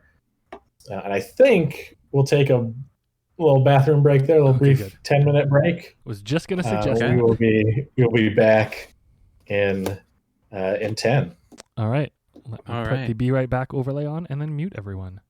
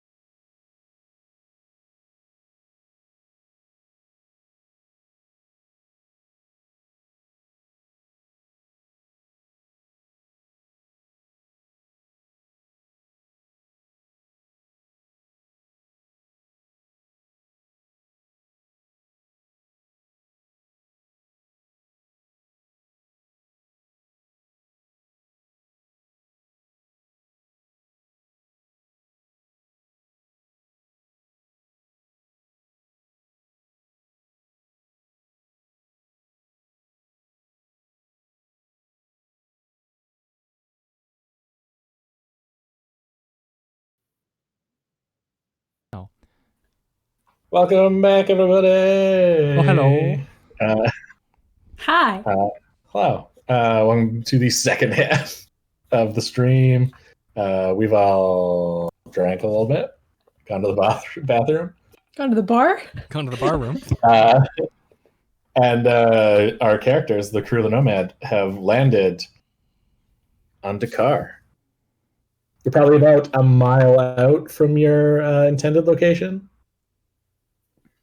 Okay. You're going to have to huff it because I don't believe you have speeders. Yeah, I was going to say, I don't think we do. Okay. As soon as we land, Merrick starts walking, or rather I start walking back to my quarters to get my things. Okay. You gear up. And a moment later, I emerge from my quarters the way you met me. The only perceivable difference is I've got a jacket on now. Oh, okay. Is it a particular style of jacket? Yeah, like kind of I can't remember basically like Poe's jacket. Like that type of or Finn's jacket, I guess. Oh, Poe as it, right? Yeah. I was like, Poe's? What's a Poe's jacket? Yeah, Edgar Allan Poe's jacket. This is like Pose, like Pose. Yeah, the Ryan Murphy show. Yeah. Or drag queens. Yeah. Okay, so you got like a basic kind of leather pilot's jacket. Yeah. Okay. All right. I'm assuming you are leaving R3 with the ship and leaving the island as well. Yeah. Yeah. You'll leave R3 with any instructions at all? Don't fuck it up. Don't let anyone on the ship. Oh, I'm not supposed to swear. Shoot. Don't fuck it up. Yeah. No, I was the first one. Yeah. Oh, yeah. You've also sworn before this, Leigh. Have I? Yeah. Yeah, but I think it was the first person to use the F word. Mm-hmm. Right. Tell R3 not to Kirk things up. Yep. And can R3 bring the ship to us if we need him to? Is this a possible thing? Yeah, he's got piloting skill. He can like lock into the ship and fly it. Perfect. Okay. Pay attention. Okay? We might need you. Yeah, he does a little like spin, shuffle, dance of recognition, a few little beeps, which you recognize as like, finally, I get to fly the ship. I give him a look that he is very familiar with. It's like, this is my ship to fly. I'm like, it's Dia's ship, but it's my ship to fly. Yeah, but as soon as you say my ship, I'm like, no, it's not a verbal. It's like I give him a look that says that, but he only knows because I've said that so many times. Like every time, basically, we've like he makes a little droid raspberry noise at you and starts like rolling towards the cockpit. Beep mew. Yeah, that's we need a droid sound machine thing. I should get that. Kirk. I was looking for one. There used to be a great Star Wars soundboard on like StarWars.com, but it no longer works. I keep saying I have to update my Flash, but I think it is so old that it is things I need to because my Flash is too new. Yeah, they're phasing that out. Oh boy. Yeah. And then we can start hoofing it, I guess. Okay. All right. Yeah, you let down the ramp and head out into the jungle. Do any of you have any scanners of any sort? I have scanning goggles, or scanner goggles, but I think they're only designed for like low light conditions and things like that. I feel like it should. Yeah, I probably should have that. Well, there should and there is do. Okay, so Phil filled out my character sheet for me and helped me. Let me toss this bargain at you. you can spend a light side point. You can flip on a light side destiny point to have some sort of scanner, hand scanner. I will do that. Alrighty. You have a hand scanner. You kind of like have to do a little bit of digging around. Like you're like, I know I have one of these somewhere. Wow, just blaming me. Just throwing you right under the bus. I can't You have to blame blow a myself. bit of dust off of it, but it's there. And you could use it to give me just an easy, let's say, survival check or computers check, whichever is better for you, to do a little scan.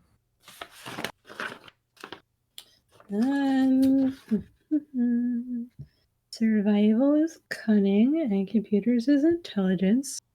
But it's exactly the same for me. Oh. There's no yellows. But I have 3 greens. Ooh, 4 successes. Ooh. Okay, yeah, you get a good sort of scan of the area. You see, mostly life forms wise, it's a lot of birds here. You do get some humanoid things in the distance, which is around where you're guessing the outpost is. There's sort of a bit of a weakened or maybe jammed like heat signature there as well. That's sort of keeping you from getting a good reading of the outpost itself. You also, with those 4 successes, you do notice they're a little ways in the distance, but not so like far out that you wouldn't want to like keep an eye on that reading. There's some sort of like large cat-like creature. You don't get like a precise readout of what species it might be, but it looks big and cat-like, which is generally not something you want to tussle with. No. But you have a direction to head. Yes, I point. What do you see? That way. Well, I think we go that way. After you. Let's go. Okay, start walking. I follow Dia only maybe a couple paces behind her with my rifle out. I'm just going to ask you guys, you don't need to make a roll for this, but like, how quietly do you move through this jungle? As quietly as possible. Yeah. I mean, I just mean more like character-wise, like how quietly do you think you are capable of moving through this jungle? I probably try to be as quiet as possible, but make more noise than... Wait, do I have a stealth? Actually, my stealth is not bad, so I'm okay. I don't make too much noise. Yeah, I'm a Twi'lek, so I'm naturally graceful. Yeah, I'm not a trained assassin or anything, but I have a decent agility, so I figure I'd probably make the most noise out of the 3 of us, but it's still minimal. Okay. Dia, what do you do? Like, as you take lead and you walk forward, how do you proceed? Because basically whatever you do, I'm following. Yeah, I'm cautious. I'm keeping an eye out. I'm not like talking loudly or anything. Yeah. Okay. So if I see Dia, not any sticks. Yeah, if I see her walking carefully, I do the same, and I don't say anything. Okay. Yeah, I mean, you kind of get into the jungle. It is like any jungle. There's a lot of bugs. You can definitely hear a lot of birds around, various different calls. Some of them are like, there's one particular bird call that just kind of sends shivers up your spine. It's probably just like a songbird parrot, but it's like got a weird, like eerie quality to it. It kind of makes all of you feel just a little uncomfortable. Okay. And every once in a while you see there's sort of like along some of the trees places that have been like scratched by something with fairly large claws. That would be the cat. Did you tell us about the cat? Oh, did I not say? Is there some kind of large cat? Huh. Can you check the scanner again? Okay. Yeah, give me another scan check. How hard was it again? This will just be average. Average. Okay.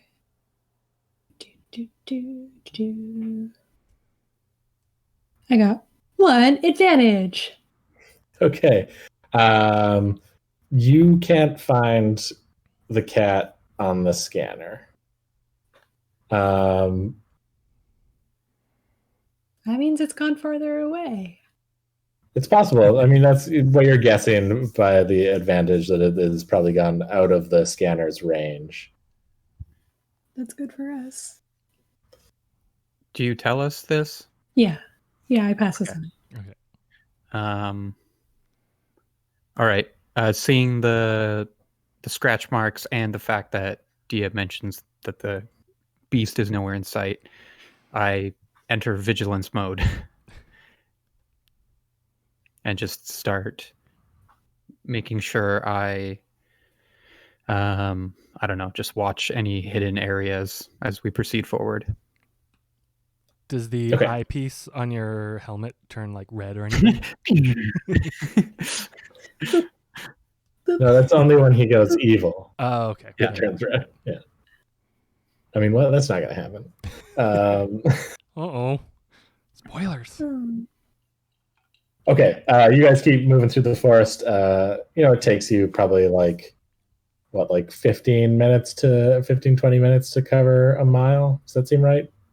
Sure. Maybe a little bit longer in a jungle. I walk extremely slowly in real life, so I have no idea.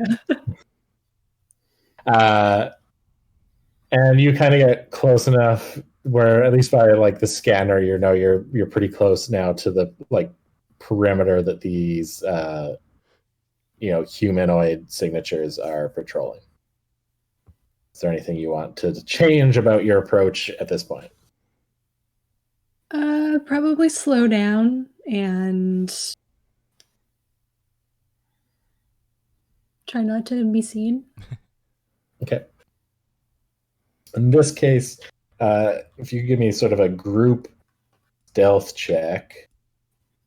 I think we all have the exact same stealth, probably. I have 3 stealth.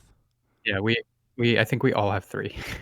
3 green? Yes. Yeah. Is anyone trained? No. Okay, so this is going to be 3 green versus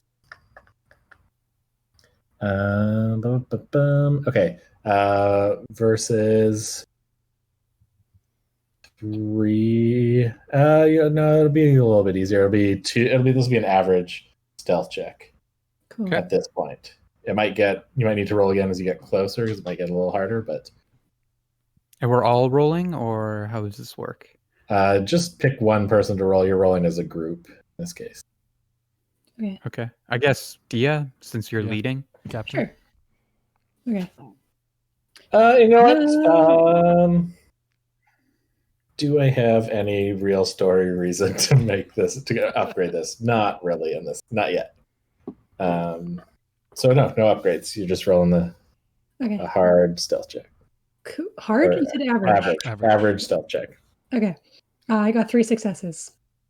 Nice.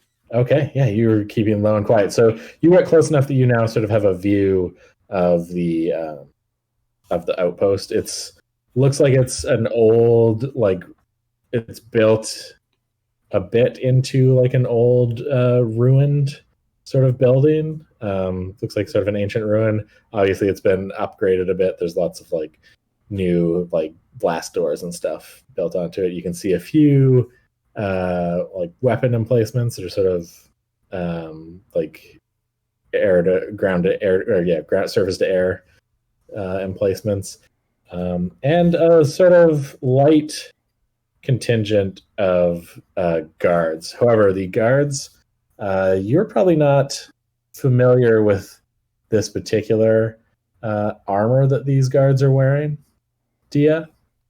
Okay. It's stormtrooper armor with a very pronounced pointed front, and it is pitch black. If anyone else has knowledge warfare, or the two of you that were in the alliance could make an intelligence check to see if you know what these are. I don't have knowledge warfare, but that's not on our sheets, too. I have it on my Uh-oh. sheet. I just have 2 Oh. greens. I'm not ranked or proficient or anything. Yeah. I also have 2 green. So I guess we just both roll. You can both roll, yeah. Okay. 2 green difficulty? against what difficulty? This is going to be this will be hard. It'll be a hard Hard? check. 3? Yes. 3, that's right. Ooh, 1 success. Yeah, I got a failure and a threat. And I'm Okay. at 1 success. 1 success. All right. Merrick, you are racking your brain, and I think with the threat, like, you maybe have you're kind of a little bit in the open looking, so you've exposed yourself. There's a chance they might spot you now. So basically you'll need to make a stealth roll again, but it'll be hard this time. And Zammy, you have run across these before. These are death troopers. They are kind of like they're like the secret police of stormtroopers, essentially. Like basically, like they're assigned to like top secret installations and personnel that basically need a little bit of a stronger brand of trooper. I kind of do that Three Stooges, like towards Dia. I'm still quiet, still keeping it down, but just like death troopers. To what? Death. It sounded like you said troopers. death troopers. It's exactly what it sounds like. Ugh. They don't name them this because they go to the birthday parties. I mean, I guess it's just one birthday party. Like? No, the clones aren't. Anyway. They're not, at this point, troopers aren't clones. I kind of did that in my, like, in real time of like, what? Oh, wait, no, they're not clones anymore. Okay, well, so that maybe changes things, doesn't it? A little bit. Oh, boy. Well, I guess that's why we hired Merrick, eh? And then, I relay this to Merrick. Speaking of which, Merrick, I'm going to need that stealth check. I got 1 success. Okay. But before that, I actually I wanted to upgrade that.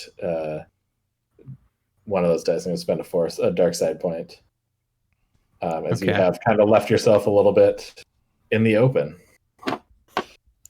Kind of racking your brain. You almost have that, like, I feel like I've heard of these guys. I don't, you're kind of you're thinking too hard and not thinking about the stealth part. I see.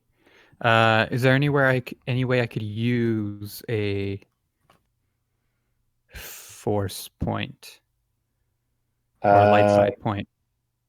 If you can give me a reason why to upgrade, but you would still have the red dice on your roll. Okay. But I'm definitely going to need a narrative reason.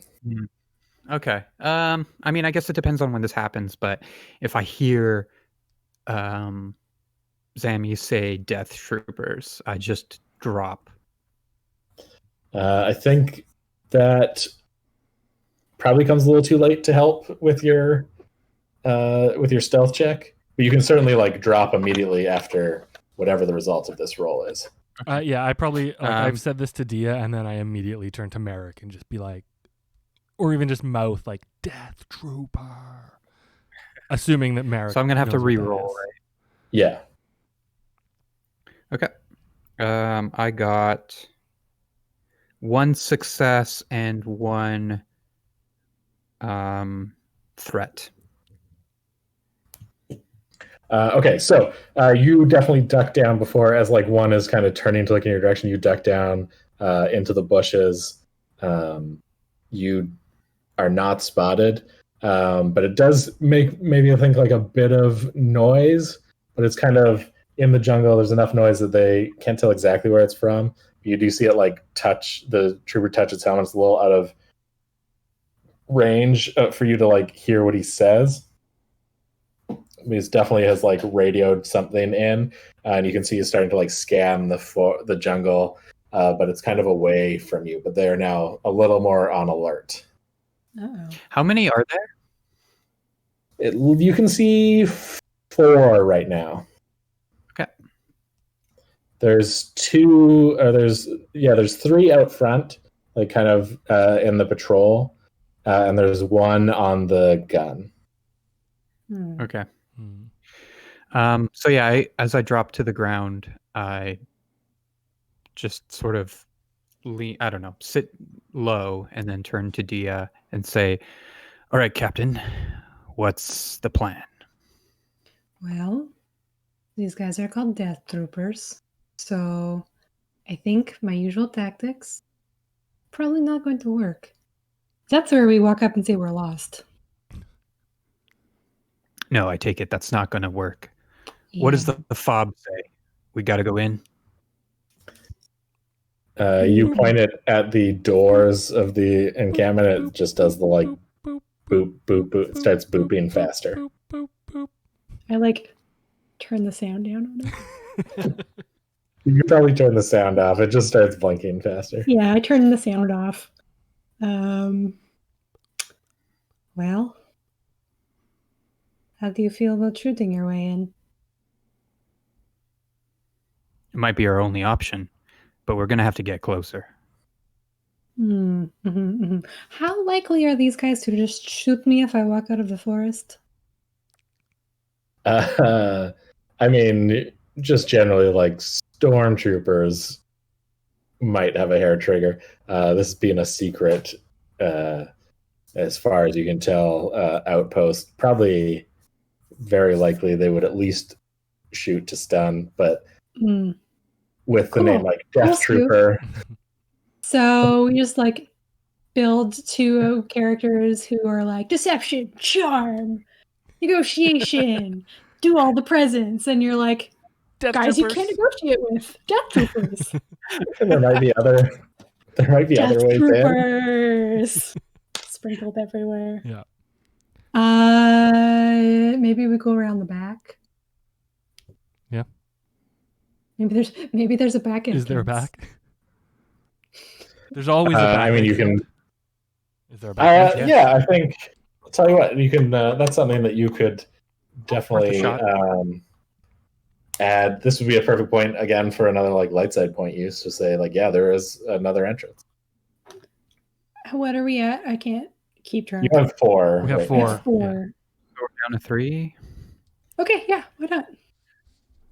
All right. Yeah. So you kind of return to your scanner, and you can see now that you're closer, the jamming, whatever was happening, is a little bit weakened. It's a bit fuzzy, but it does look like there is maybe a back entrance or an escape tunnel that lets out a little farther away in the jungle. Is when you look at the scanner, do you see the cat on the scanner anymore, or the cat creature on the scanner anymore? That you're going to need to give me another just easy check or average check. Average or easy, Stu? Make up your mind. Let's do average. Okay. And okay.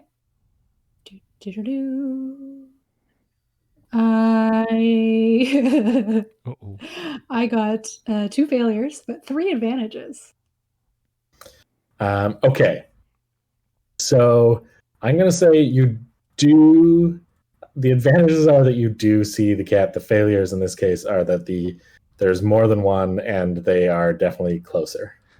I would like to pitch an idea that we Far Cry this and get the animals, lure the animals to the Death Troopers. And that's our distraction, and then we can... Do you have any rotting meat on your person? I have the space apple. Cat treats? I have a space apple that I was... Not the same space apple. They just call them apples. Zammy calls them space apples. Them space apples. Yeah.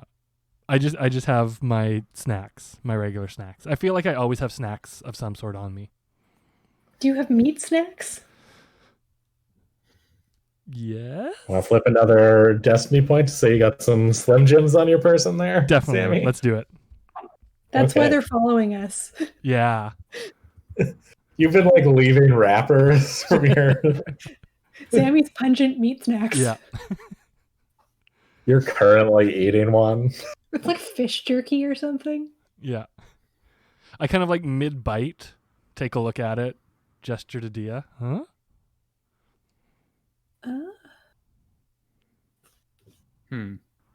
While you guys are having this hushed conversation, I should note just that the Death Troopers are still scanning the forest.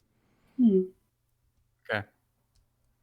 I mean, I don't know. Yeah. Dia, what do you think? I think we've had worse ideas. Yeah. So I very quickly gesture to the space dried beef and then to the Death Troopers and then just huck it in their direction, maybe unwrap a couple more and huck it in their direction. Kind of like not directly at them, but near them, but try to do it on the other side of them. I don't think it would make a noise, but not directly at them, but just in their direction. And then yeah, I mean, I think might make enough of a noise that you're going to need to make a stealth check here to do this without you getting spotted, but also, yeah, and maybe without them being drawn to them.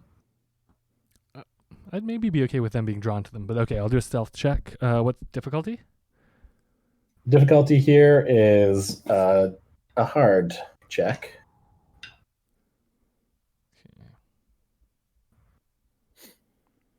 Oh no. Oh, okay, that's one success, 2 threats. One success, 2 threats. Okay, so they definitely see where they like hear them land. You managed to like duck back around a tree, so you're not spotted. Okay. You definitely like you can hear like these several jerky snacks like hit branches and leaves and stuff and make a bit of a noise. It disturbs like a bird that flies off, and the Death Trooper, not so trigger happy that it shoots a bird, just kind of looks in that direction and is like definitely looking in your direction. A giant paw snakes out from behind a tree. I mean, the cats aren't that close yet. You're kind of just sit there waiting, almost expecting that to happen, but it doesn't quite happen yet. Yeah. I think we should try and make our way around to the other entrance. Yeah, once I've done that, and I don't think they're looking at me anymore. Yeah, we also want to get away from the cat. Yeah, that was my plan. Lure the cats there and then book it. So you can start making your way towards that secret entrance. I've made you roll enough stealth checks right now that you have all passed them so far that I'm not going to make you roll another one. You kind of quietly move through that. And you can hear the Death Troopers kind of talking a bit. You can't quite make out what they're saying, but they've clearly discovered the meat snacks. Where does the meat snack come from? Hey, is there meat snacks over here? Yeah, basically they're kind of like, we've got intruders somewhere, like radio and kind of thing. It's a quick walk to the back entrance or the like escape hatch. It's sort of hidden between like two trees, a little like it's kind of from one side disguised as a rock, but from one side you can see there's a small like blast door, which you'll have to get through somehow to get to there. Is there like a panel or anything next to it? There's usually a panel. There is a panel, yeah. Okay. A quick search, you kind of find a like slightly disguised panel. You can see the outline of it. You're able to at least open that, and then there's like a computer port and a keypad, and maybe like a pad that looks like it might be a biometric thing. Okay. Well, that's not going to be helpful. Anyone really good at hacking? Man, Nope. You're good at computers, right? Nope. Too bad. Times like this, we could really use a droid who could walk. Yeah. But you had to get one that rolls. Well, he's better at other things. Like flying the ship.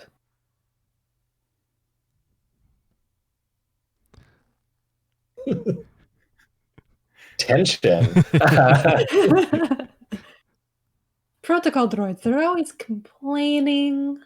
That is true. You Those could are also you could also try like a mechanics check on the door as well if you have some tools and want to try and like brute force it in that way.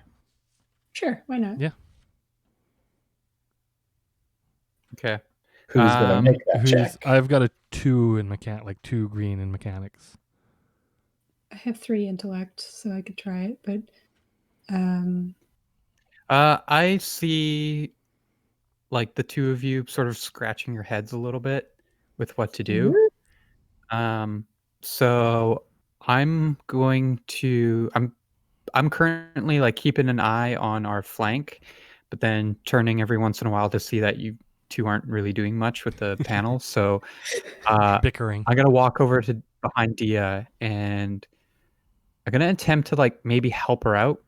Sort of like either I have some mechanics skill, but I'm going to maybe like walk her through a little bit of like what she could do, like open that panel, try to. So are you trained at all? Do you have like a points in mechanics? Yeah. So you guys can combine your skill, which is if Dia's intellect is higher, you can use her intellect, but your training if you work on it together. Yeah. So I guess that would be 2 and a yellow. Yeah. 2 greens and 1 yellow? Okay. Yeah. This is going to be a hard check. Okay. That's 3 purple. 3 purple. I have a utility belt. So like yeah, I'll give you a boost in that case. Where's the blue one? There it is. Okay. Hold on to your butts. 2 successes. Nice. But 2 threats. Uh-oh. Okay. The threat is a thing you don't see, but you open the door. It opens for you. We very quickly scurry inside. Yeah. Yeah, you scurry inside. You can close the door behind you if you'd like. Okay. Yep, definitely. Mm-hmm. You are now inside this facility. You can, if you want to move quietly, you're going to need to give me another group stealth to move through the halls quietly, but you can basically follow your... it's a new situation, so you can follow your fob to where you need to go. Okay. Are you doing that? And I'll give you a boost because you still have your scanner up, so you can kind of detect where there's like heat signatures of potential people. Okay. What's the difficulty? The difficulty here is going to be an average. Okay.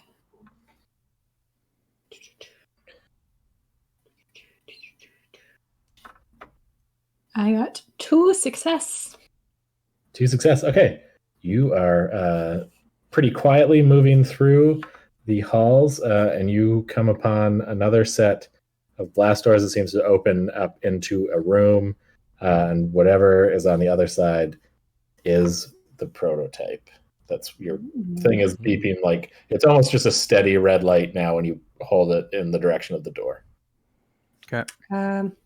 It's in there. You cannot scan. Your scanner does not penetrate these blast doors.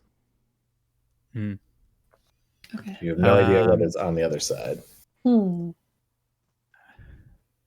I turn to Dia. So you don't actually know what we're looking for, right? No. It's a prototype of something. Gotcha. All right. I move to the side of the door opposite the panel and just hold my rifle up and just wait for someone to open the door. Okay. Who's going to try to do that? It is another, like, this room is locked as well. Okay, I guess I can do the same thing I did before. Yeah, I figure.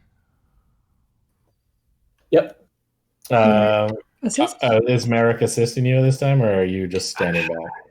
Honestly, no. Unless you ask me to, I'm gonna just stand by the door and like just point my gun. I look at like you waiting and like, for the door. a little help here. Fine. All right. Walk back over. It's like, all right, open that panel, cut those wires. Uh-huh. All right, I am throwing because this is a much more complex lock here. I'm going to throw a dark side on this in order to upgrade it. Okay. So that means one of them is a red? One of them is a red, yes. And it was hard? It was hard, yeah. So it'll be 2 purple and a red. 2 purple and a red. Okay.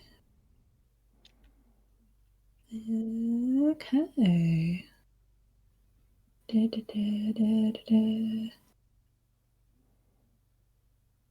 I got 1 success, 2 advantages, Ooh. and a triumph. Okay. Ooh. All right. So you're going through. You notice as you're like working on this that there's sort of like there's like maybe places where it's like double wired that you could very easily have tripped an alarm, but you avoid that and you actually manage to like rewire it so it's like still saying a signal that the door is closed, basically. Okay. Like if someone had like decided to check in on it and it had been open, they would have detected the door is open, but you have made it so it still thinks it's closed even though it's open. Sometimes I impress even myself. Some of my best work, I have to say. We should stick around. People should see this. You're saying that you're not looking in the thing, like into the room as you're addressing your crew. Not that there's nothing dangerous, just the other 2 get to see what's in here first. So the door's open. And you guys see it looks like there's like a row of like carbonite blocks. The lights aren't on in it, so you can't see if there's like people in those blocks. But you can see like 3. At first, you're like, oh, there's people in here. And Merrick, you maybe like lift your gun expecting a firefight, but they don't move. And they're kind of just standing there. And that's when you realize they're missing like the tops of their heads from the like nose up, and on top there's just like a box, like a cybernetic box. These people appear to have been decraniated. Holy moly. But their bodies seem alive. They seem to just be standing there. They're like hooked into probably some sort of like life support system. They're just kind of standing there. Okay. That's all you can see right now because they're a little dark. Like it's a dark room, but you can turn on some lights so you can investigate further. Yeah. I stand by the doorway to go in. Yeah. I'll stand by the doorway and I just point my gun into the room and then over my shoulder back to Dia. Well, Captain, what are we looking for? I finally pay attention to what's in there and I'm like, ooh. I've dry heaved a little bit like I walk in, find a light switch. Right, you turn it on. It doesn't make the scene great. These 3 figures are wearing sort of just like medical smocks, like a patient's smocks. One of them is a child, or would have been a child. Okay. And you can now see there are definitely like people in all of the like. There's like 5 carbonite pods, and they are all people. That these people haven't been decraniated yet. Okay. Yet? So sorry, just to reiterate, there are some that are in cryo, or in carbonite rather. Yeah. Encased in carbonite, not decraniated, and there are others that are freestanding, and they're Yeah. Okay. It looks like they've kind of just been moved maybe into a corner so they would take up less space right now. In the center of the room, there is like an operating table. Like this is not an engineering space. This is definitely a like medical kind of space. Gotcha. Likely where the experiments on these people took place. There does not seem to be any other sort of technology that might qualify as a prototype. What does the beeper say? Yeah. It beeps at the three people, the three decraniated people. This is Crift. This is Crift. Yeah. I don't like this. This is not okay. We gotta get these. I don't care what the prototypes are. We gotta get everyone out of here. Yeah, no, I agree with that. I walk over to the people in Carbonite, and do they have that like panel thing on the side with like the vitals and what have you? Yeah, they do. You aren't sure like how to read it. You would need at least a point in medicine to be able to understand It means it. nothing to me. Yeah, it's like it'd be like trying to read a chart if Flashing you're not a lights doctor. and, yeah. Gotcha. But you could give me another knowledge military check if you'd like, or just if you're not trained in that. For what reason? I will tell you depending on the result of your roll. So that's just here. Let me roll first. I'll say it's just an average check. Okay, average. That's 3 success and 2 threat. Okay, so you are able to tell, even though like it's difficult because it's in carbonite, so it's just all carbonite colored and basically just the like rough look, but this definitely looks like these people are wearing sort of like alliance like military gear, like they're probably alliance commandos possibly, or like alliance troopers. Okay. They are, yeah. All right. At least I would say at least like the first two that you look at are in the carbonite pods are wearing that. The threat, I think, is you in looking, you kind of touch a few of the like panels, and it just kind of lets off a louder beep than you would expect. Okay. And like probably everyone's being very quiet because it's a very like eerie scene. That beep kind of like definitely resonates like down the hallway. Okay, I just like Merrick, keep watch. We have to get these people out of here. Yeah. Okay. Any of those death trooper guys come in, you shoot them. Shoot them dead. Shoot him in the face. Got it, Captain. I walk back to the entrance and face the direction from where we came. Okay. I might even take a little bit of cover near the blast doors. Oh, Zammy, I think we're going to do something stupid. I mean, that's our specialty. I don't feel good about this job. No, we're not taking these people back, are we? I mean, we're taking them out of here. How can we take them back? Exactly. This is not okay. No, we got to get them out of here. We're not slavers.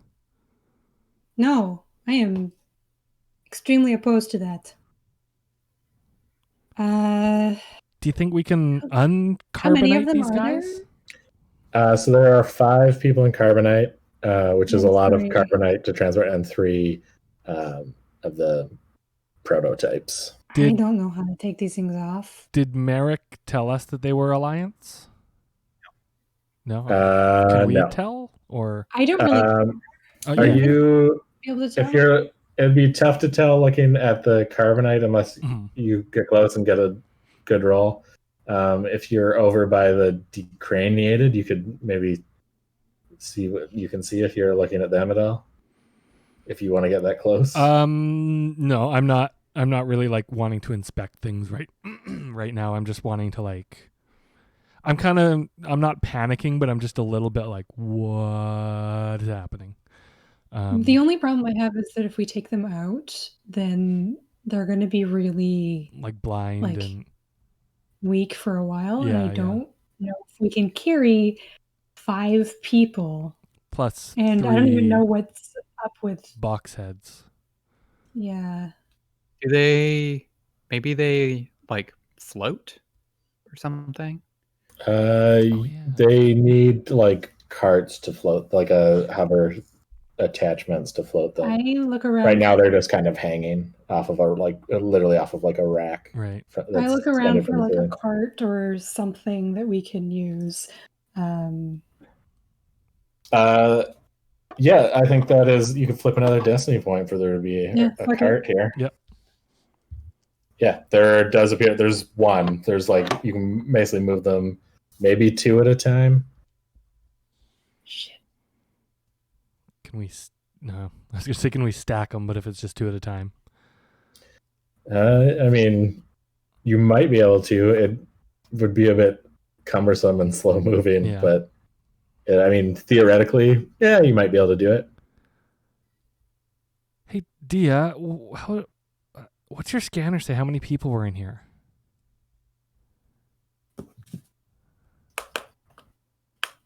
Scan. Yeah, you don't need to roll in this case. Your scan picks up 8 life forms. 8. Okay.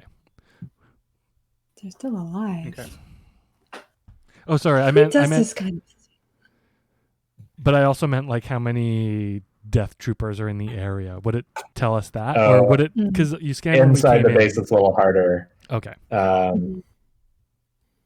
Yeah, even with the door open inside this room, it's kind of like shielded from right scanning in or out. Basically, did you get a number when we first came in though?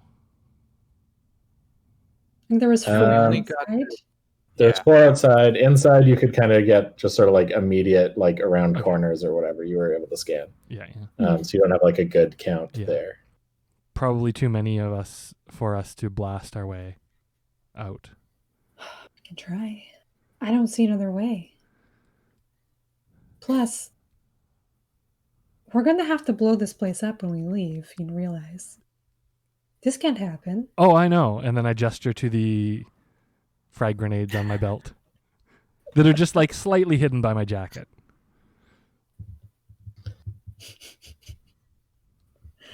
I don't know how we're going to do this.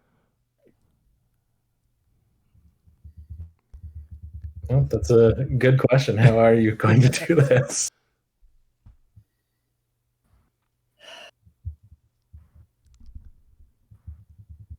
Well, we'll get 2 of them onto the cart. Yeah.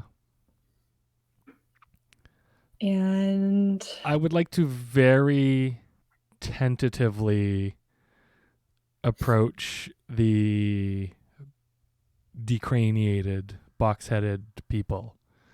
Okay. And just kind of like very slowly reach out, tap one on the shoulder very lightly, and then just like lurch back. Okay. You tap one on its shoulder.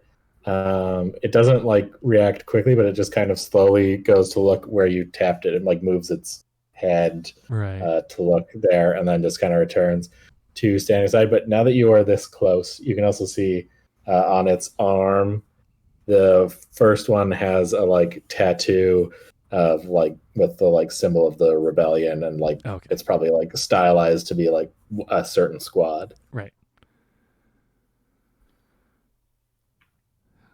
Seeing that it didn't hurt me or attack me, that it was just kind of languish, I go up closer and just kind of like, hello? It does not respond. I touch it again on the shoulder, and then I wheel it, like kind of gently spin them around, pointing towards the door. Okay, it like moves to not be like knocked over by you like adjusting it, like it moves its feet and stuff. Yeah. But once it's facing a new way, it just kind of stops. I'm gonna look around the room for some kind of control device. Okay. I think, probably without having to make a big roll, you eventually do find like there is a like sort of fob. It's almost like it's very familiar. It looks like the kind of device that you would use on a like droid restraining bolt to like turn that on and off, or like issue commands to a droid, and that has been bolted. It's a Game Station 5 controller. Okay. I'm going to, I guess, feeling shitty about it, like issue the command to follow us. Right, you turn on the like thing, they all turn and like salute you, basically. Captain? I hate this. I hate whoever did this. This is not okay. No, I'm with you. I mean, I don't even put restraining bolts on the fucking droid. Commandant Polis did refer to them as his prototypes. Yeah, he might get a blaster bolt to the head. Yeah, that's what I'm saying. Like, we don't bring them back. We get them out of here, but we don't. Is he imp? He's an ex-imp? You do not know. He has always just claimed to be Crimson Dawn. But this does appear to be a very Imperial installation. Yeah. I imagine there's like little Imperial symbols like everywhere. Yeah, they like that. Yeah. They like their branding. I feel like we're about to get on the bad side of the Crimson Dawn and the imps. And you know what? It's a good bad side to be on. Yeah. Okay, we can we use the, I'm assuming these three, the two people and the kid, are the prototypes. Can we use the prototypes to help us carry the carbonite slabs as well as the cart? They would still need the cart. Like the carbonites are like, those slabs are too heavy for like even like two people to carry. Okay, well, I'm not leaving any of them behind. No. So I guess we might have to start blowing people up. I look at Merrick and I don't say anything, but try to judge how Merrick feels about all this. Because Merrick hasn't really said anything. Yeah, I'm looking out the door. But we'll say at this moment, I turn around and I say, how we doing, you two? Not good. Well, you turn around to see the like three decranated people salute, or like stuck in a salute to Dia. It's not what it looks like. Device. You guys picked up one hell of a job. You're telling me. What about the 5? We got to get them out of here. We only have one cart, though. So. You only have one cart, not 2 carts? We only found one cart. One cart, but it can carry 2. Yeah. 2, yeah. Okay, so that leaves 3 unaccounted for. Merrick, how do you feel about blasting the way out of here? I don't think we can stealth all this. Here's what I'm thinking. Yeah. We call R3. He brings the ship to the back door. Mm-hmm. And then we start kill loading them up. Every person in this place who did this to these people. Yeah. Okay. That's why you got me. Excellent. Do you want to unfreeze any of the... I don't know. That's the thing. Yeah. They'll be blind for a bit, but they would at least like be able to walk somewhere if led by someone. Yeah. I could also like carry one. I could like fireman carry one of them. It would be easier than literally carrying the or the prototype. Prototype. cyborgs could probably carry them. Yeah.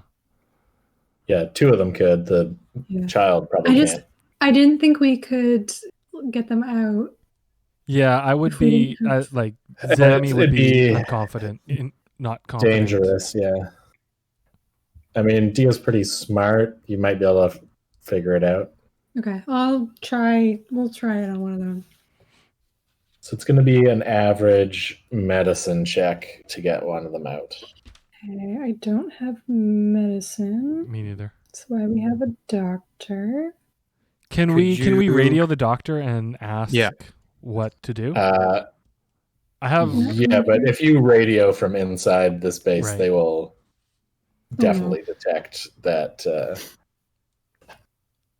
Well, I mean, our plan is kind of to blast our way out anyway. What if we post up Merrick in the hallway?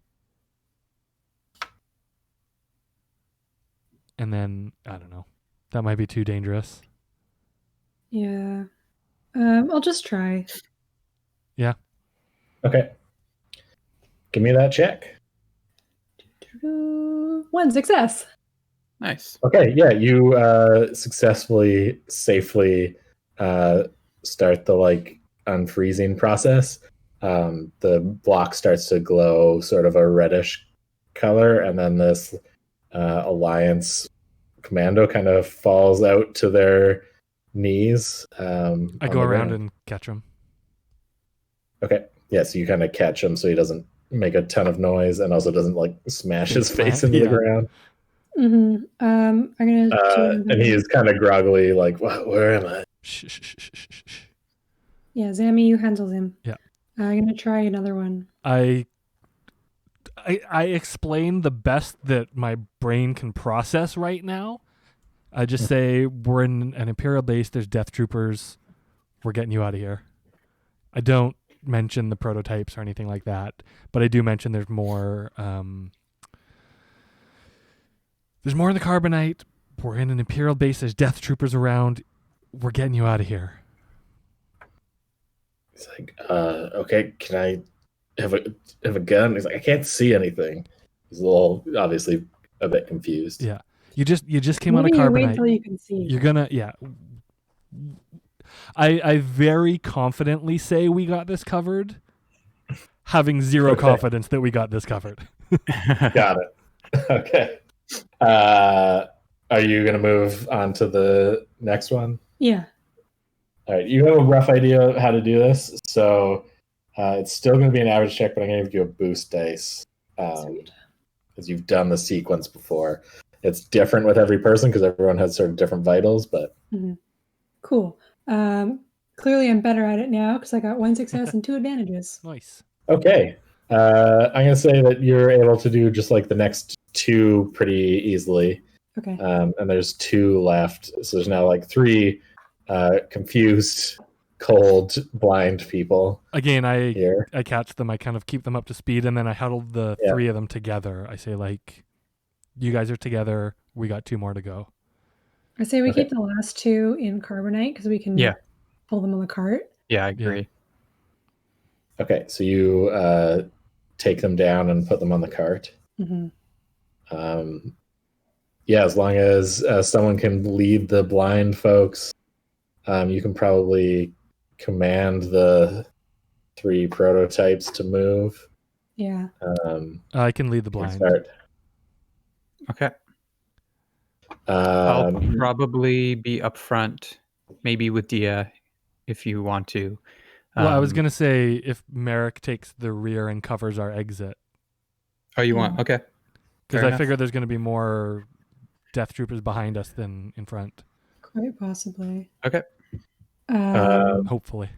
So you said you wanted to blow this place up. How do you want to do that? Your ship weapons probably aren't powerful enough to destroy an outpost. Right. Once we're out of there, after we've cleared everyone out, of the room? Of the room. Do frag grenades have a timer, or is it just a regular? Yeah.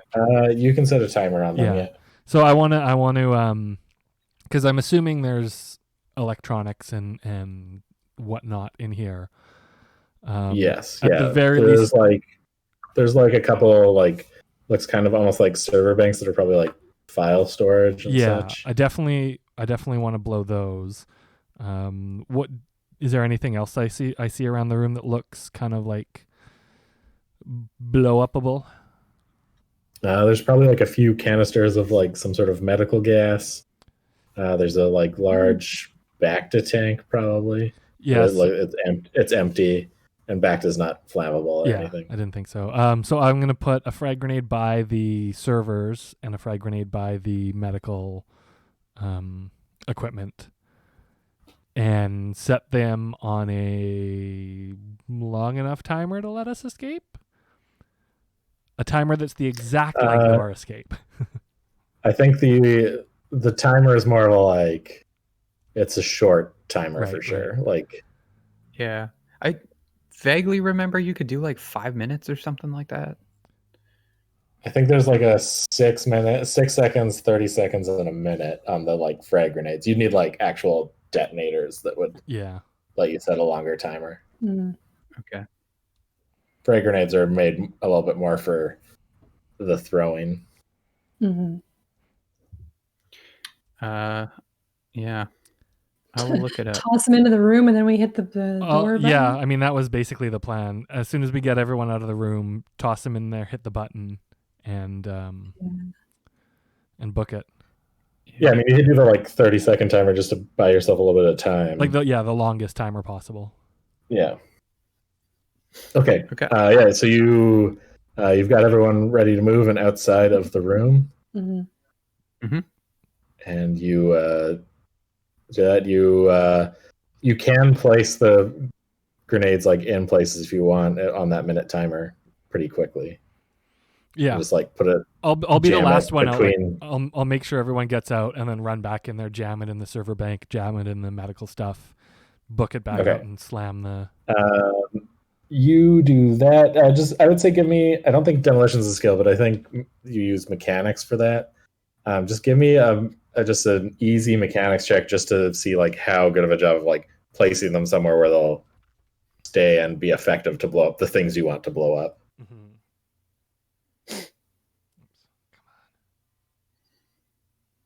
Ooh, okay. Well, I feel like this is appropriate because I got 2 success and 2 threat. Okay. Yeah. Okay. So you've successfully placed them. You close the door. They go off earlier than expected. So the door closes, and you're like starting to move away from it, and then you hear, and you see the door kind of like. There's those 2 explosions, and then whatever that gas was explodes more. The door kind of like bends a little bit. I fall backwards. Holds. And then just scramble. Yeah. And then almost immediately preceding that, you get a like, and like the lights in the corridor go red. I think they know we're here, guys. You think? All right. I help Zammy get to his feet and say, all right, we got to get him all out of here. And then I fall back to the rear with my rifle and start moving almost like backwards. Yeah, I've got my blaster out. Yeah, I'm leaving the blind and I have my blaster out. Are you attempting to like stealth to avoid like any people with your scanner again, Dia? Yes. Okay.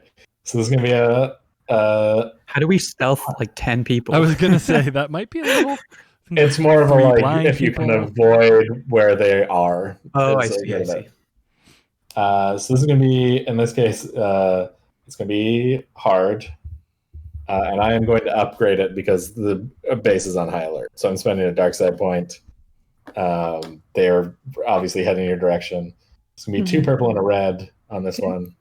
I will give you that boost dice from the scanner because you can see at least where people are coming in the immediate area. Okay. I got 2 advantages. Okay. You kind of get to like a point where you need to like turn left and like you're close to the like that escape tunnel. But in your scanner, you can see right now that the corridor behind you, someone is about to turn down. The corridor to your right, someone is definitely about to turn down. And then the corridor to your left, which leads to that escape corridor, there is another person there. So you can see, though, that you have not yet been spotted. You're going to be spotted, but you know where the people are that are coming for you. Okay. So you can kind of pick a corridor and move down it, at least to not get three-way cornered. Yeah. Give it a time to choose a direction. Okay, I want to get to our escape. So I guess we're going to go there. And I'm going to signal to Merrick that there's someone behind us coming this way. Okay. So be ready. Yeah, I'm also just going to because they don't know, whoever's in the tunnel doesn't know who, or near the escape tunnel doesn't know we're there. They don't know you're here yet, yeah. I can only tell that it's a humanoid, right? Basically, yeah. You kind of just get in rough humanoid. Okay, well, I don't think we have any friends here, so I'm going to just shoot around the corner and then duck back. Okay, around the corner. So you duck around the corner. You spot at the same time that they spot you because of your failed stealth check. It looks like there is someone in Imperial scientist outfit. Oh, I definitely want to kill him. Okay, so you this is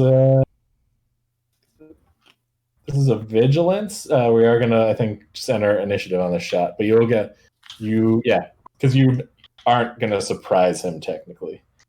Okay. So I'm gonna roll vigilance for him as well. I'm just gonna keep it between you two right now. This initiative roll. Ah! I got 4 successes.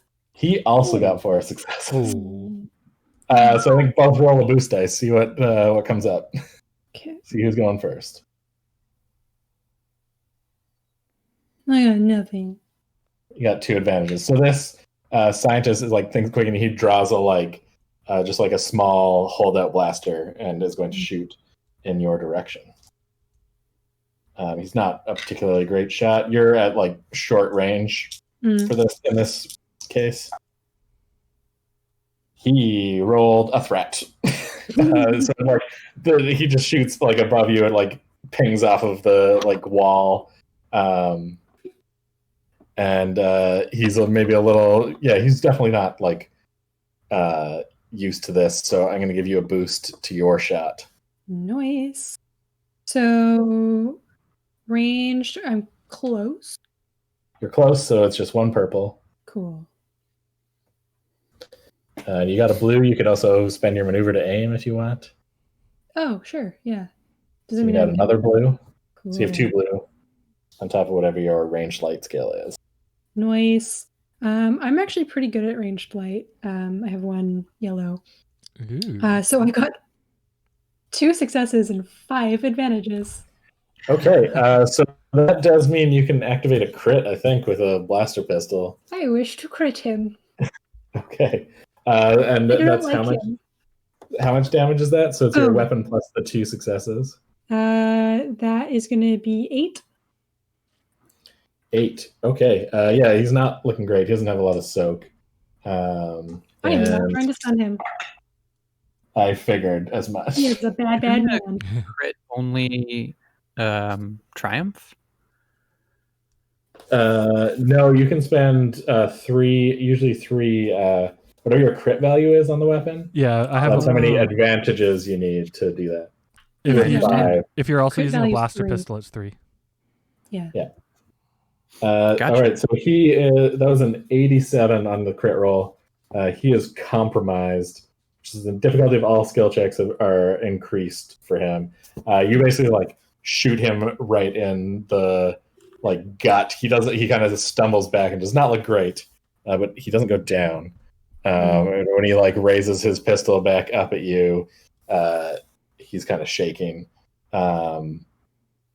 There is an opportunity you could probably get him to just throw down his weapon if you wanted to. Okay. And we're like, drop it. Okay, make a coercion check. It will be it's gonna be a hard check, but I will give you 2 boost dice because he is very hurt. Okay. Coercion, really? Willpower? Great. Yeah, this is like an intimidation situation. I'm not the greatest at that. But I did get 1 success and 1 advantage. Ooh. Okay, yeah, he tosses down his weapon and puts his hands up. I tell him to kick it over to me. He does that. You can pick up the holdout blaster. Yep. No, I have a holdout blaster. Nice. You can start moving everyone past him. Though I would say as you kind of head into that one corridor, you see the person round the corner behind you, Merrick, and this one is a death trooper. Okay. Is it we spot each other at the same time situation? Yes. Though I will, in this case, because you've been particularly vigilant about people coming behind you, I'll give you a boost dice on your initiative roll in this case. Okay. And it's vigilance again? It is vigilance again, yeah. Okay. Oh my god, 4 successes for this guy again. Wow, that might exceed mine. I got 3 successes and 1 advantage. 3 successes advantage. Okay, so he is going ahead of you. He's just these guys are good at their jobs, basically. He raises up his rifle and is going to take a shot at you. He's at short range. Do you have anything that raises his difficulty on a ranged shot? Do you have any ranged defense? Only if I had taken a maneuver to sidestep, which I guess I can't because it's not my turn. Yeah.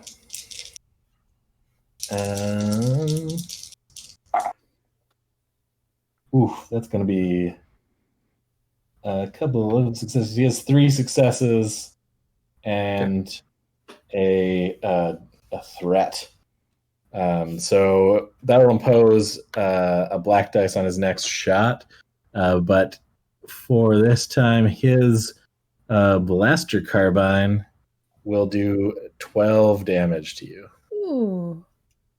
Okay. So He almost kills me. He is not set for stun. But it is you can take a shot. So you take a hard shot to the shoulder.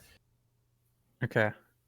Yeah, I just instinctively take a knee and aim with my rifle and take a shot. Okay. Ooh. No, yeah, let's just do normal. And this is at close range. Okay. So that gives me a boost dice with the aim. Okay, he does give you a black dice from his Death Trooper armor. Okay. That will be 4 successes. Okay, how much damage is that? That will be 15. 15? Okay, yeah, he's blown back by your shot, even through the soak. Wilhelm scream. He's just... no, this isn't a Wilhelm scream's more of a fall. This guy's fully lifted off his feet and blown back by the very heavy rifle that Merrick is shooting him with. I knew he hides that guy for a reason. And then you hear from the corridor you just came from someone stormtrooper voice shout, "They're down there!" As you push everyone and move everyone past this scientist who's kind of kneeling, hands up, against the wall. Okay. You guys just keep moving? Just gonna leave this guy here? I don't feel good about it, but I also don't feel like I'm the kind of person to shoot somebody in the back of the head. We could So I'm in the back, right? Yeah. Okay. So I'll say you two have an opportunity to do something first because you walk past him first. But if he's still there when he gets to me, I'll do something. Yeah. I'm occupied with the rest of these people. So. Okay. Yeah, I'm. You can have a human shield. Zammy, you were thinking of. You mentioned hostages. Do you grab this guy? I consider it, but since I'm also are the Carbonite alliance, are they still kind of blind and They're needing blind, help? but like they could like with a hand on the back of like the prototype people, they could follow them. Okay. I'm not enough of a tough guy to like rough him up and bring him with me, so I maybe just kind of like shove by. You know how like in high school things when someone's going down the hallway and like goes out of their way to shoulder someone? Yeah. I go out of my way to just shoulder him, but I don't. All right, you can just shoulder him into the wall a little bit and keep moving as I'm helping, and then shove him into a locker. Exactly. If I turn around, is Merrick fairly close behind me? I mean, you're probably not that far behind him, but if you are like kind of focusing on still leading these people, you probably need to put your focus on that. Because you can call out to me. Yeah, what I was going to do still talk to him, but is I was going to go Merrick and then just kind of like hold up a frag grenade and kind of like, just to see if you want one. Okay, yeah, I just give you a nod, and then I just toss it at you. It's not armed or anything, but I just toss you a. Yeah. All right, so you toss America frag grenade. Yeah. My other hand. And you guys keep going past the scientist. Merrick, you're the last one with him in view. Human shield. Human so I shield. just, like, turn to him with my hand, and then just like grab him by the collar, spin him around, and almost put him into a headlock. Yep. And as I say that, I'm like, "You're coming with me, you imperial scum!" And then put my rifle on his shoulder, and start walking backwards with him. Okay. Yeah, you guys go around the corner. Merrick, you're the last one to go around the corner into the escape hatch, and you can see like another death trooper sort of around the corner. He is ready for you, but if you could theoretically take a shot now if you want, or throw that grenade. Throw a grenade. Yeah, I'm gonna throw the grenade. Okay, I am going. So this is going to be. It's just a short range thing because it's just thrown, so it's just one difficulty. But I'm just going to spice this up. I'm going to spend my last dex save point. The scientist is going to try and like, basically like, hit your arm as you make the throw. So it's going to upgrade to 1 red now. Okay. But you guys have all 5 light side points now. We do? So heads up. Yeah. Oh, okay, sure. I don't know math, apparently. Or so make that roll. Also a black dice because it's still a range attack, and the armor is still giving this death trooper that. Okay, so what's the range? Short. Okay, so it's just 1 red instead of 1 red, 1 black dice. Yeah. And then I add mine, and then I add an additional black because of the scientist. No, that was the upgrade. That's why it's a red. Yeah. Okay. I got 3 success, 1 triumph, and 2, whatever it's called. Sorry. Despair? Failure. Oh, failure. Or not failure. Threat. Oh, 2 threat. Okay. Who ran the whole gamut there? Okay. So here's what happens. You definitely are going to blow up this death trooper, especially with that triumph. You can also like hold on to that triumph if you want it to be like something lucky to spend later. Like basically like a light side point. It doesn't have to be something that happens now. Because you will do enough damage to blow up this trooper just with the grenade. I can get any luck I can take. Yeah. Those 2 threat though is that the scientist successfully managed to like wriggle free and is now like running down the hallway away from you. And he's kind of shouting like, "They're down here! They're down here!" Towards the explosion? I mean, the explosion happened already. Oh, okay. Yeah, there's like explosion, and then soon like the scientist wriggles out of your arms and starts running in the direction of the explosion, where like it's sort of a bit of fire and debris falling from the ceiling. Okay.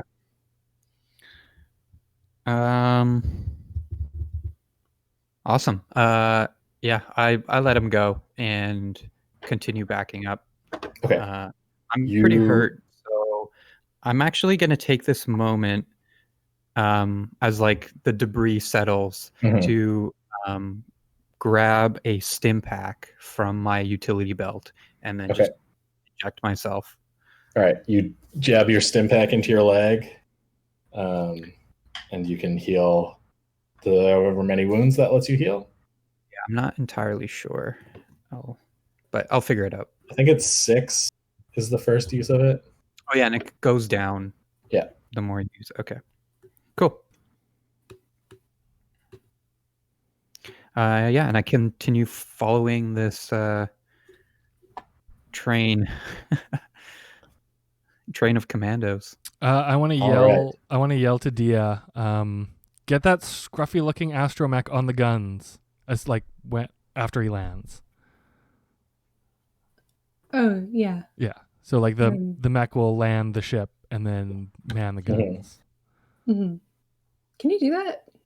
No, I mean not physically. Yeah, no. Then you needed someone in the guns. Yeah. Okay. Yeah. Oh, he can't like remote. Yeah, he can't climb a ladder. The guns can't be controlled remotely. They're like a turret that needs someone in them. Then disregard. Gotcha. Well, Tell the doctor? The medic. Yeah. The medic. I mean, he just needs to hit the broadside of a barn. I mean, you can definitely. Is space Hippocratic Oath. Maybe. I don't know. You might. He's the medic you would have hired. So yeah. I'll yell to Dia. How chill is he? I'll yell to Dia. Get the medic on. What was the medic's name again? Twylin. Twylin, yeah. Twylin. Get Twylin on the guns just to put down some cover fire as we get out. Suppressing fire. I'm like, as he's saying this, I'm yelling into my comm. Yeah. Get in the turret. All right. You have now reached the door to the outside world. Do you open it? Which we left closed. Which you left closed. Yeah. It is still closed. All right. You open it. Those threat from earlier. There are 2 death troopers standing outside. Cool. And that is when we wipe in with the like and credits. And that is it. What about the cats? The cats. Yeah, is that going to pay off? Find out next time. I mean, Phil could spend that light side point or that triumph right now if you want. Yeah, let's say that's why there's only 2 of them, not 4. Oh, I was going to say there's 2 of them and the 2 cats just like, wow. No, I think Phil's is a good one. Yeah, there are fully 2 less out there. Like the cats are outside. You open, they're pointing at you. You hear a bit of blaster fire in the distance, and then we wipe down to credits, and that is the end of the session today. Whew. All right. Which means everyone's going to need to tune in 2 weeks to find out what happens to the crew of the Nomad. Will they get off of Dakar safely? It'll be Tuesday the something, the June 2nd. Oh God, June 2nd. June 2nd. Yeah. Oh boy. 7 p.m. again. Hope everyone enjoyed this space conflict. Tell your friends. Tell your friends. Get that chat active.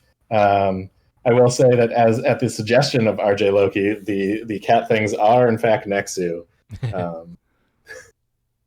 Nice. I didn't bring in a mutated Jar Jar just so that you could kill Jar Jar.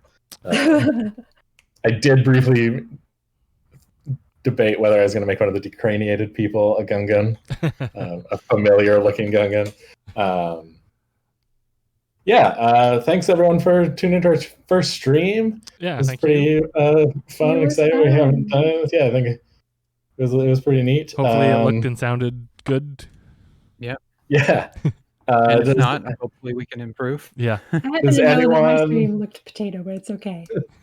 Does anyone have anything they would like to promote before we head off into the great beyond? I guess the only thing I've got is every Sunday at 1 o'clock Pacific, I co-host a Simpsons trivia. Usually we do it monthly in Vancouver, but obviously we can't do that right now. So we're on Twitch every Sunday at 1 o'clock Pacific. That's my Twitch, twitch.tv/Kirk of Doom. Yeah, we'll probably set up to at least host that here as well, like auto host it. If everyone wants to see me as a character, they can tune in at this time because we'll be hosting it from here as well. But you can also go over to twitch.tv/WTQuest, where I am playing Raz, the culinarian, the chef barbarian. There, that's WT Quest. It's a bunch of folks from other Vancouver-based D&D things like Adventure.exe and the Critical Hit Show. And we are playing D&D with Eric Fell from Critical Hit Show as the DM. And we'll be kind of switching through. All of us will be DMing at some point. And you might even see other faces from this podcast, from the show on there, as well as we might switch out players and things. Whoa. Yeah. So that's pretty exciting. And so that happens the Tuesdays that we're not doing this, we'll be doing WT Quest.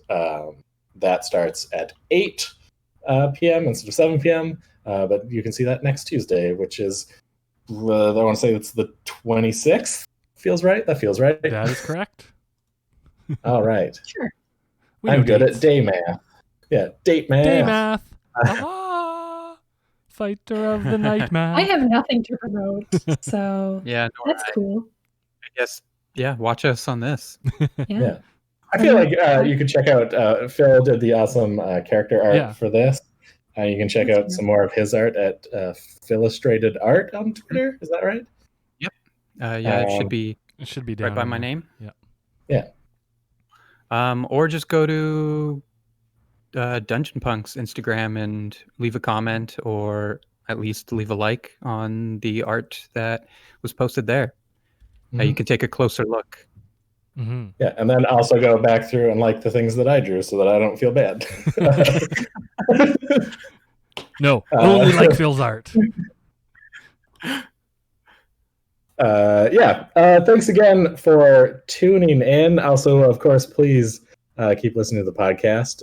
We'll be releasing bonus episodes while we figure out what to do about season 2. For those that aren't Patreon subscribers and thought that this was maybe our season 2, it's not. It's just season 1.5. Just for funsies.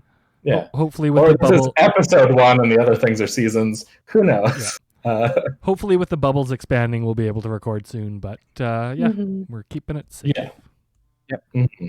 But we'll be continuing to do this for at least the foreseeable future. So stay tuned here.